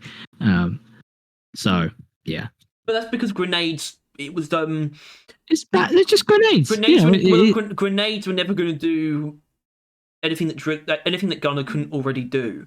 At the same time, they shouldn't be able to do anything else either. Something you can't give the things that Scout grenades do to Gunner's grenades. That is something as well, though, that I noticed while making this, is no one other than Gunner had all of his things with the word grenade at the end. Right? Like, until recently with the lead burster, it doesn't have grenade at the end. But all of other things, it was like, sticky grenade, cluster grenade, incendiary grenade. Like every other character had like a couple, if not all of them. I think I'm not even sure. Like Scout, I think Scout actually quite a grenade. But like yeah, everyone else they didn't really have like, they had something that wasn't a grenade, basically, or something that couldn't be called a grenade in the default sense. But Gunner had that until lead burster, which might be why people like using it, because it's a bit more fancy of a quotation marks grenade. But yeah, I can hear your mic wobbling. No, amateur. Yeah. Now Scout. Even less data, 130 votes on favorite, 130 votes on hated. So very small data pool, I would say. So this is going to be more implications from what we can clearly see that will continue to likely be the case. And we there's might one still have to comment. follow this up a little bit. Yeah, Might touch on I this think- next week. Yeah, if there's some interesting developments, or in streams, probably tomorrow's stream, I imagine will probably anything interesting occurs with these ones that are not as developed. Honestly, these results do not surprise me in the slightest. Yeah. So, I think it's not surprising, but it is definitely interesting. In that, in my Driller has a grenade problem video, Scout also did. To be honest with you, I just swept it under the rug. I only came here to talk about grenades, Drillers ones. I don't give a fuck about Scouts. I'll pretend that it isn't that big of a deal. But he did also have one. His cryo overwhelms his competitors, or did. And that's the thing. While cryo is still at the top at 56, Voltaic Stun Sweeper at 47 is promptly there behind. And I think that is kind of wild. I should point out, Tyler, those numbers are only one digit off, but they're actually off 57 and 48. And I'm actually showing this on screen as well, so it probably sounds a bit weird that you're getting it wrong. I'll refresh then, but yeah, it's because it's that fresh that people are still changing it up. Yeah. But it's also it's just wild because while obviously this is not a healthy grenade selection, right? I mean, you can see IFG and pheromones weeping down there. It is interesting in that the new grenade has actually fought the Cryo Titan.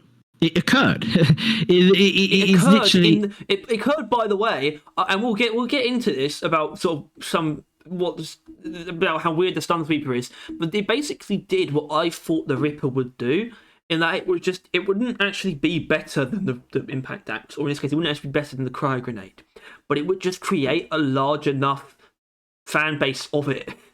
And that's how it would combat it. It doesn't actually need to be better. It just needs to have enough fans. It just needs to... And as mentioned, this stuff is so fresh and so spicy that depending on if this does pick up like in the Reddit or it gets buried or whatever, we're probably going to get at least 300, 400 more votes. And the Cryo might shoot ahead of the Voltaic Stun Sweeper, but the Stun Sweeper might also shoot ahead of the Cryo, or at the very least, they might really tie up. But what we can definitely say for sure is that this is incredibly interesting because the new grenades did different things for each dwarf.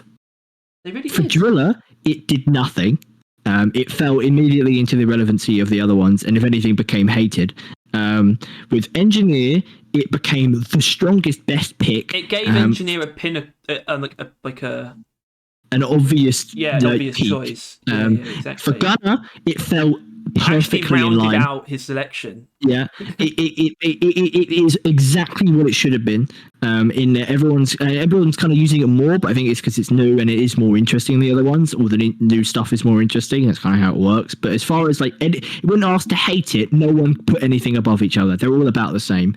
But Scouts, the new weapon, it's fighting the Titan. It is fucking going for it, which is the Ripper couldn't do. It is a new gun that it's Eren Yeager going full fucking Titan form, going to kick some fucking ass. Just that similar though. I can only imagine to Axis Kronos' distaste because what I think this is something you've got to agree with, right? Come on the pod and talk to us about the Stun Sweeper. The Stun Sweeper isn't like right. Mathematically, the Ripper is better than the Axis, right? It does so much more damage. It has so much more potential damage. The number of them you get is fucking crazy, right? But it didn't do anything. The Stun Sweeper, according to Axis Kronos, and and Lazy Maybe kind of, and most people that can acknowledge the fact that it statistically it's not exactly. I should point out, by the way, the Ripper does have a damage cap, but it's actually very high considering you have 6 of them. So I'm going to try and do the maths. Do you need me to be quiet for the maths, or should I keep going? 5,700 is the max you can get out of the Rippers, all your Rippers. 5,700. That's a lot. That's more than double what the Shredder's total damage is. Yeah. But the Stun Sweeper well, the Stun Sweeper does damage. I think that's the important thing, because when I mentally break down grenades, it's not. No, but when I broke down the Scouts grenades don't actually inherently do any damage.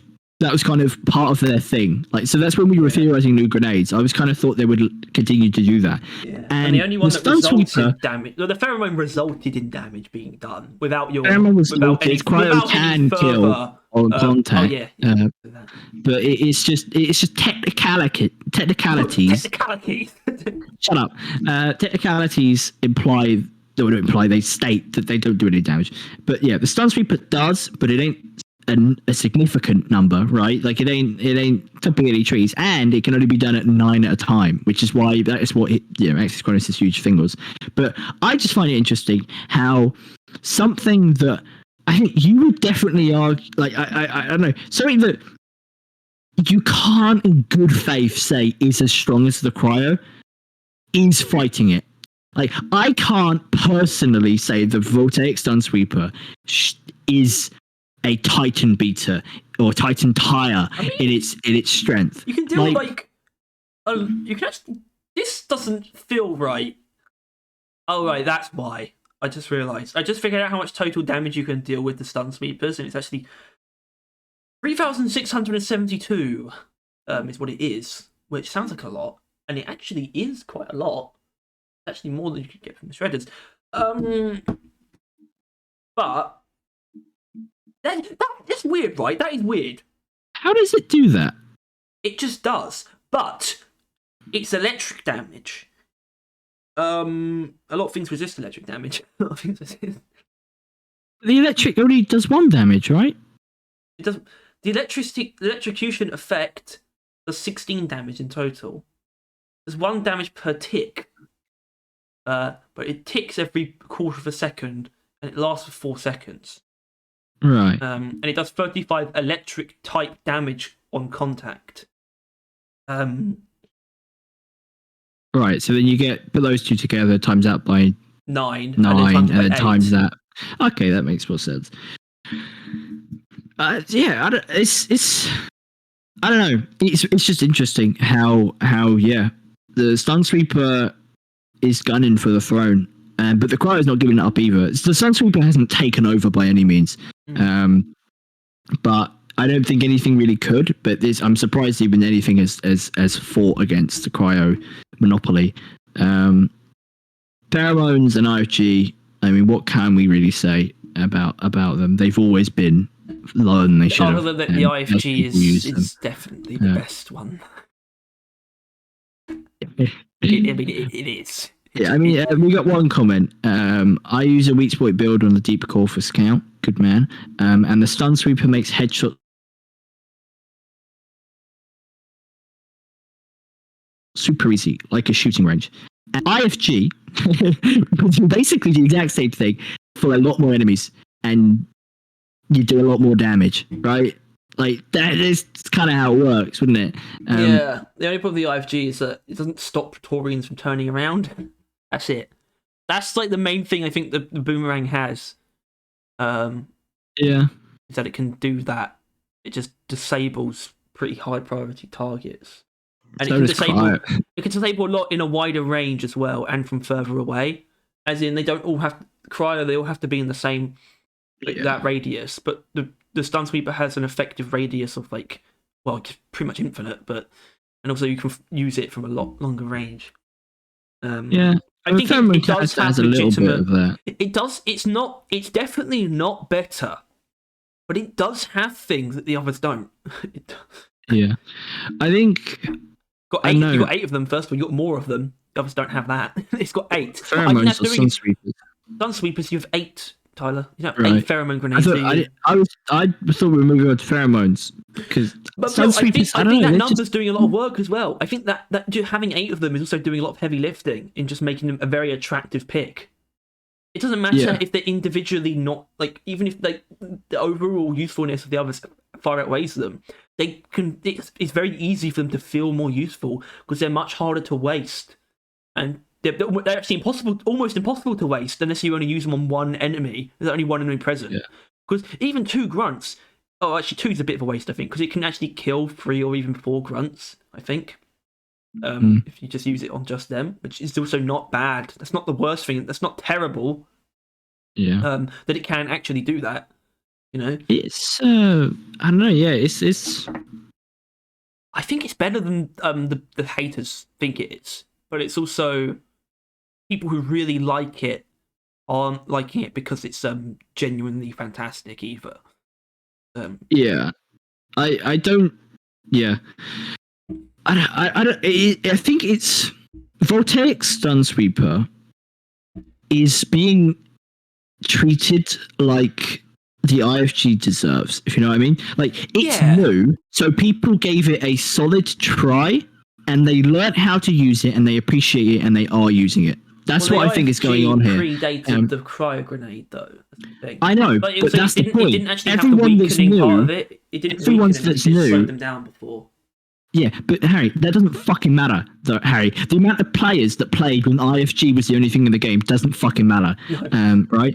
Like, the amount of players that played when Cryo, IFG, and Pheromones were all individual options, and they found Cryo and they never stopped using it. That is the player base that is creating the Cryo Monarchy, right? And that is the player base that recently got a new grenade and was like, I'm gonna give this a little try, and then they realized, Cryo isn't everything. Cryo isn't everything. It's the thing. Cryo is not the be all end all. I'm genuinely surprised it's still on top, though. Those people, as mentioned, it could flip flop, but those people haven't tried IFG, and I might try Pheromones, but they'll immediately not like it. They might try it, but they didn't stick around to really use it well. And also, Pheromones is the third one as well. That's the thing. You would chances are you get Cryo before Pheromone. Yeah. And I would argue, even though I think we both would make, or I don't know, I think IFG is probably better than Voltaic Stun Sweep, but at least in like super high hazards. I mean, obviously super stupid high hazards, although apparently Pheromones comes in then, but like normal higher hazards, having the unlimitedness of anyone that enters that area being affected by it is preferable. And obviously the damage boost with the electrical effect, like the damage boost and the electrical effect, which you can then get damage boosted on, is very strong. Yeah, it's also overall, it might not be the best at grouping enemies up, but it's second best at least. And you also have 6 of them, and it has a bunch of other effects. Pretty good at grouping enemies up because you can just lead them into it. It just squashes them together. Whereas the cryo grenade and the stun sweeper just stop enemies, which can help group them up indirectly because it means that some of them are stopped, and the enemies that are behind them will be close to them temporarily as they walk through. But like obviously the IFGs and the Pheromones both do that. I think the Pheromones don't really, unfortunately, they don't really do enough. That's their problem. The IFGs do enough. They just don't get the respect they deserve. The Pheromones do need help, though.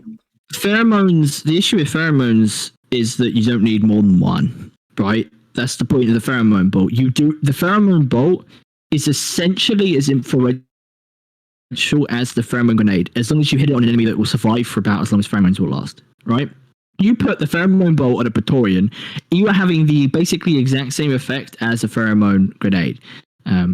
In the normal game, if you're some hazard 6x2 Wankstain that wants to make an argument that actually Pheromones is good because it's only good in a modded game mode, then shut up. But in a normal game, you don't need that many enemies pheromoned. Hello? So I would argue a solid way of balancing pheromones might be reworking it slightly and making it less area. Like you would be able to hit like a very compact amount, like a couple glyphids or like a big enemy with it, but give you more. That would do something for the pheromones. That would be, and I mean that seriously. I mean make it like a small little fucking water balloon of pheromones and give you 8 of them. Hello? Or what? I wasn't sure if I could be heard or not. I wasn't showing up on the Discord thing for some reasons. I don't know why that was. I mean, the recording is still absolutely picking me up. But yeah, you're right. Okay, so that would help pheromones a lot, making them smaller and giving you more of them. Yeah, because they would still be much more virtually just as effective.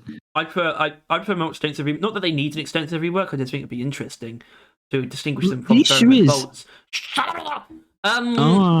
Because obviously, they would just make them pheromone bolts, but literally on steroids, right? And this isn't in the context of like, oh, they're already that because they do pheromone bolts in an area. No. We're going back basics. We're going back to one enemy.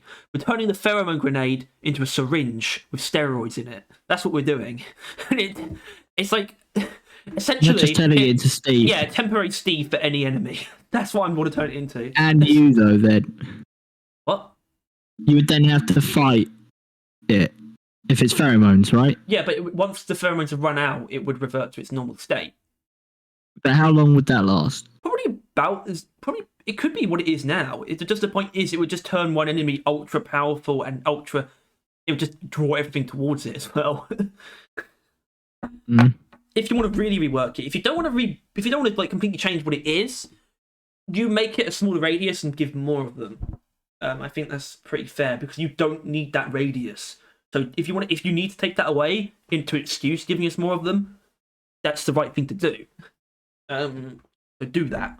Being able to use them more liberally will, because obviously how it is now is, if you want pheromones, you use pheromone bolt, right? That's kind of how it works, right? Like you just do that. If you're like, I want to use pheromones, you don't use something else and then use the pheromone grenade. You just use pheromone bolts. That's kind of how it works.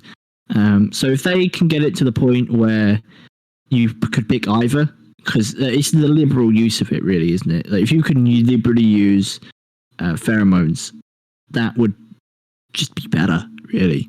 I think 6 would do it as well, though, because they're still a lot stronger. If there's only 4, then 6, yeah. There's only 4 of them, that's the problem. But because they're still, even in a smaller radius, they'd still be a lot stronger than the bolts, because the bolts, you can only hit one enemy, which isn't going to draw in as many enemies. But, like, for example, the pheromone grenade, the pheromone canisters do work in such situations because they'll hit, if you throw it at your feet, it will hit everything around you, and that means everything around you will turn on each other. So you will immediately be safe. And you still get that if it had a smaller radius. So it would, and I believe in this. I believe in doing that to them a lot. It'd be pretty annoying if that made it if that made the pheromones rise above the IFGs, because I think that would make them equal. Not that the pheromones are terrible, but I do think they are probably the least usable out of the bunch. But the fact that they get tied in with IFG means, I don't know, it's just interesting, that. And I completely forgot, but we'll keep this quick. But the hated ones is pheromones by a fuck ton. For the 100, actually, I'll refresh just in case to keep the stats up to date. 142, 76 of them is pheromone canisters, which I think is just over half, with 39 being the IFG, 19 the Stolen Sweeper, and 8 Cryo. And there are no comments, which is annoying because I want to know. Right, I feel like nobody probably hates IFG or pheromone canister. I doubt that's the case, but I assume the more least used or least fun might probably be the ones that they're picking that with. But it's just fuck. Pheromone canisters can't catch a break. I mean, they got nerfed. I mean, somehow the HEs getting not even get nerfed. They got buffed. The HEs getting buffed worked somewhat, but the pheromones just didn't. People still fucking hate pheromones. Got buffed at the same time as the Bolt Shark being added. It didn't actually draw attention to itself because the Bolt Shark drew the attention away from the grenades. All it was is them realizing that pheromones was such a shit ass status effect, and then buffing it on the grenade while to make adding the bolts it to viable. It wasn't actually for the grenade. That's the thing. It still applied, but it wasn't. They didn't do that for the grenade. They did that to make the bolts viable, which worked obviously because they very much so are. What the hell was that? That was me sneezing. That was not a sneeze. Why not? I don't know. Probably cut in and out, and/or I just have weird sneezes. Who knows? You decide. Chances of using weird sneezes are very high. Point is Dark grenades are weird sneezes. The grenades are definitely in a more volatile place, considering when I did the Jedi as a grenade problem, which I think is probably about it's not a year old yet, probably be approaching it soon though. The engineer and gunner were pretty stable, with Scout being owned by Cryo and Axis being owned by Driller. Opposite way around, maybe. Driller being owned by Axis. But as it stands now, the Cryo Crown is being conquered by the. I'm trying to think of a Australian. I swear to God, there is a name for Australians beginning with C. Australians. Or Kooky. What? Capybara. Are you thinking of New Zealand? Are you thinking of Kiwis? Maybe, but that is a K, right? It's a K. But anyways, I tried to do alliteration and it didn't work. But yeah, Scout's actually tying up. It's Cryo with the Vortex Sunsweeper. Engineer is now being owned by Shredders. The Axes are still in control of Driller, and Gunner is fine. Gunner is completely unaffected, entirely balanced, with no real thing being better or worse than the other. Just personal preference, which is how I describe most of his equipment. I'm actually slightly impressed at the effect that the new grenades have had, actually. Yeah. I thought it wouldn't really change anything. Well, Harry, let's be honest. We are entirely focusing in on grenades here. Like, pinpointing our entire goggles onto these grenades. When you do that, they feel like they have a big impact. But as far as the game as a whole is concerned, has it really? Well, it's not. It was never going to impact the game. I just mean, at least it's had an impact on grenade discourse. Right. Yeah. I guess. Yeah. Woo! Grenades. Yeah. And I think to wrap it up, we will go through YouTube polls that I did. You watching? We'll slog through more shit.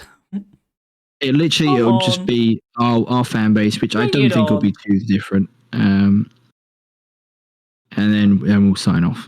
All right, Scout. 39%. It's like 18 votes. Is the freeze grenade with the boomstick below, then the IFG, and then the pheromones very, very low behind. Probably one person put pheromones. So in all fairness, our IFG crowd is more than the giant pool. So you may have had an influence there, Harry. And then with the gunner, 30%. Or like a complete three-way tie for the most light between the fire nade cluster and the new one, the lead burster, with the sticky nade being like a segment behind. I like your name.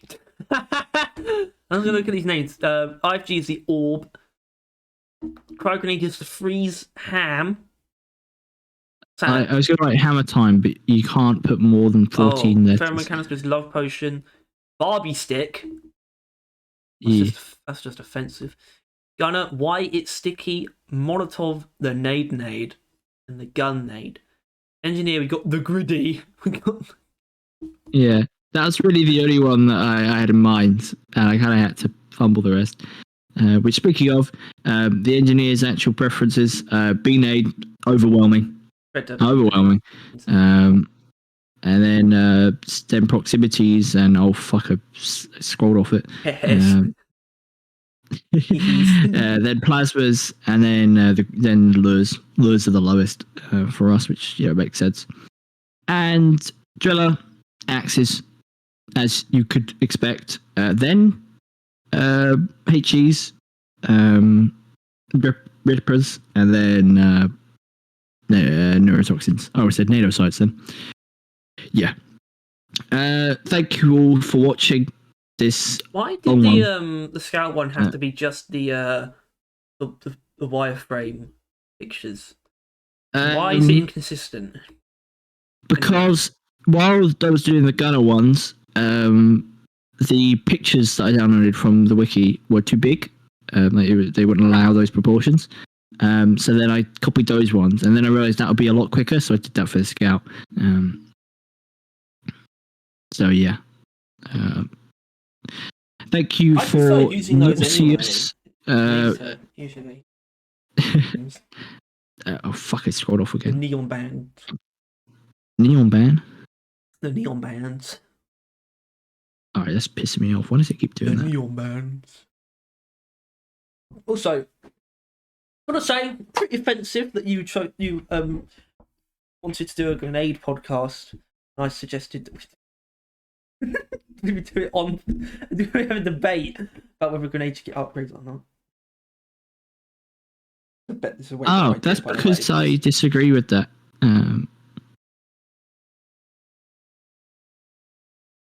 Because I don't know. That doesn't matter. Got him. See, he can't explain anything. Can't explain his argument. Shut up. Thank you for Nauseous and Totally Not Sane. These guys, the ones that commented on the thing, I said you get bonus points, and the bonus points are that I say your names on the podcast. Not that it really matters, it's just, I don't know, I felt I'd do that much. Say your name, say my name. Although the issue is, my laptop is part tablet, part laptop, which is handy and all. But when I'm scrolling through YouTube, it just swipes for some reason. It just thinks I'm swiping when I'm not. And so every time I'm on the community tab, I'm scrolling down and it just switches over to the fucking channels one. It's pissing me off, and now it's broken. So sorry, but they're the only two that got actually things there. Yeah. Thank you all for watching. This was a long one. Harry didn't want it to be, but it's much better this than doing a part 2 next week. So have a good one. If you enjoyed this broadcast, please make sure to hit the griddy. By which I mean hit that notification bell so you can be notified of all our future podcast uploads. Bye. Bye.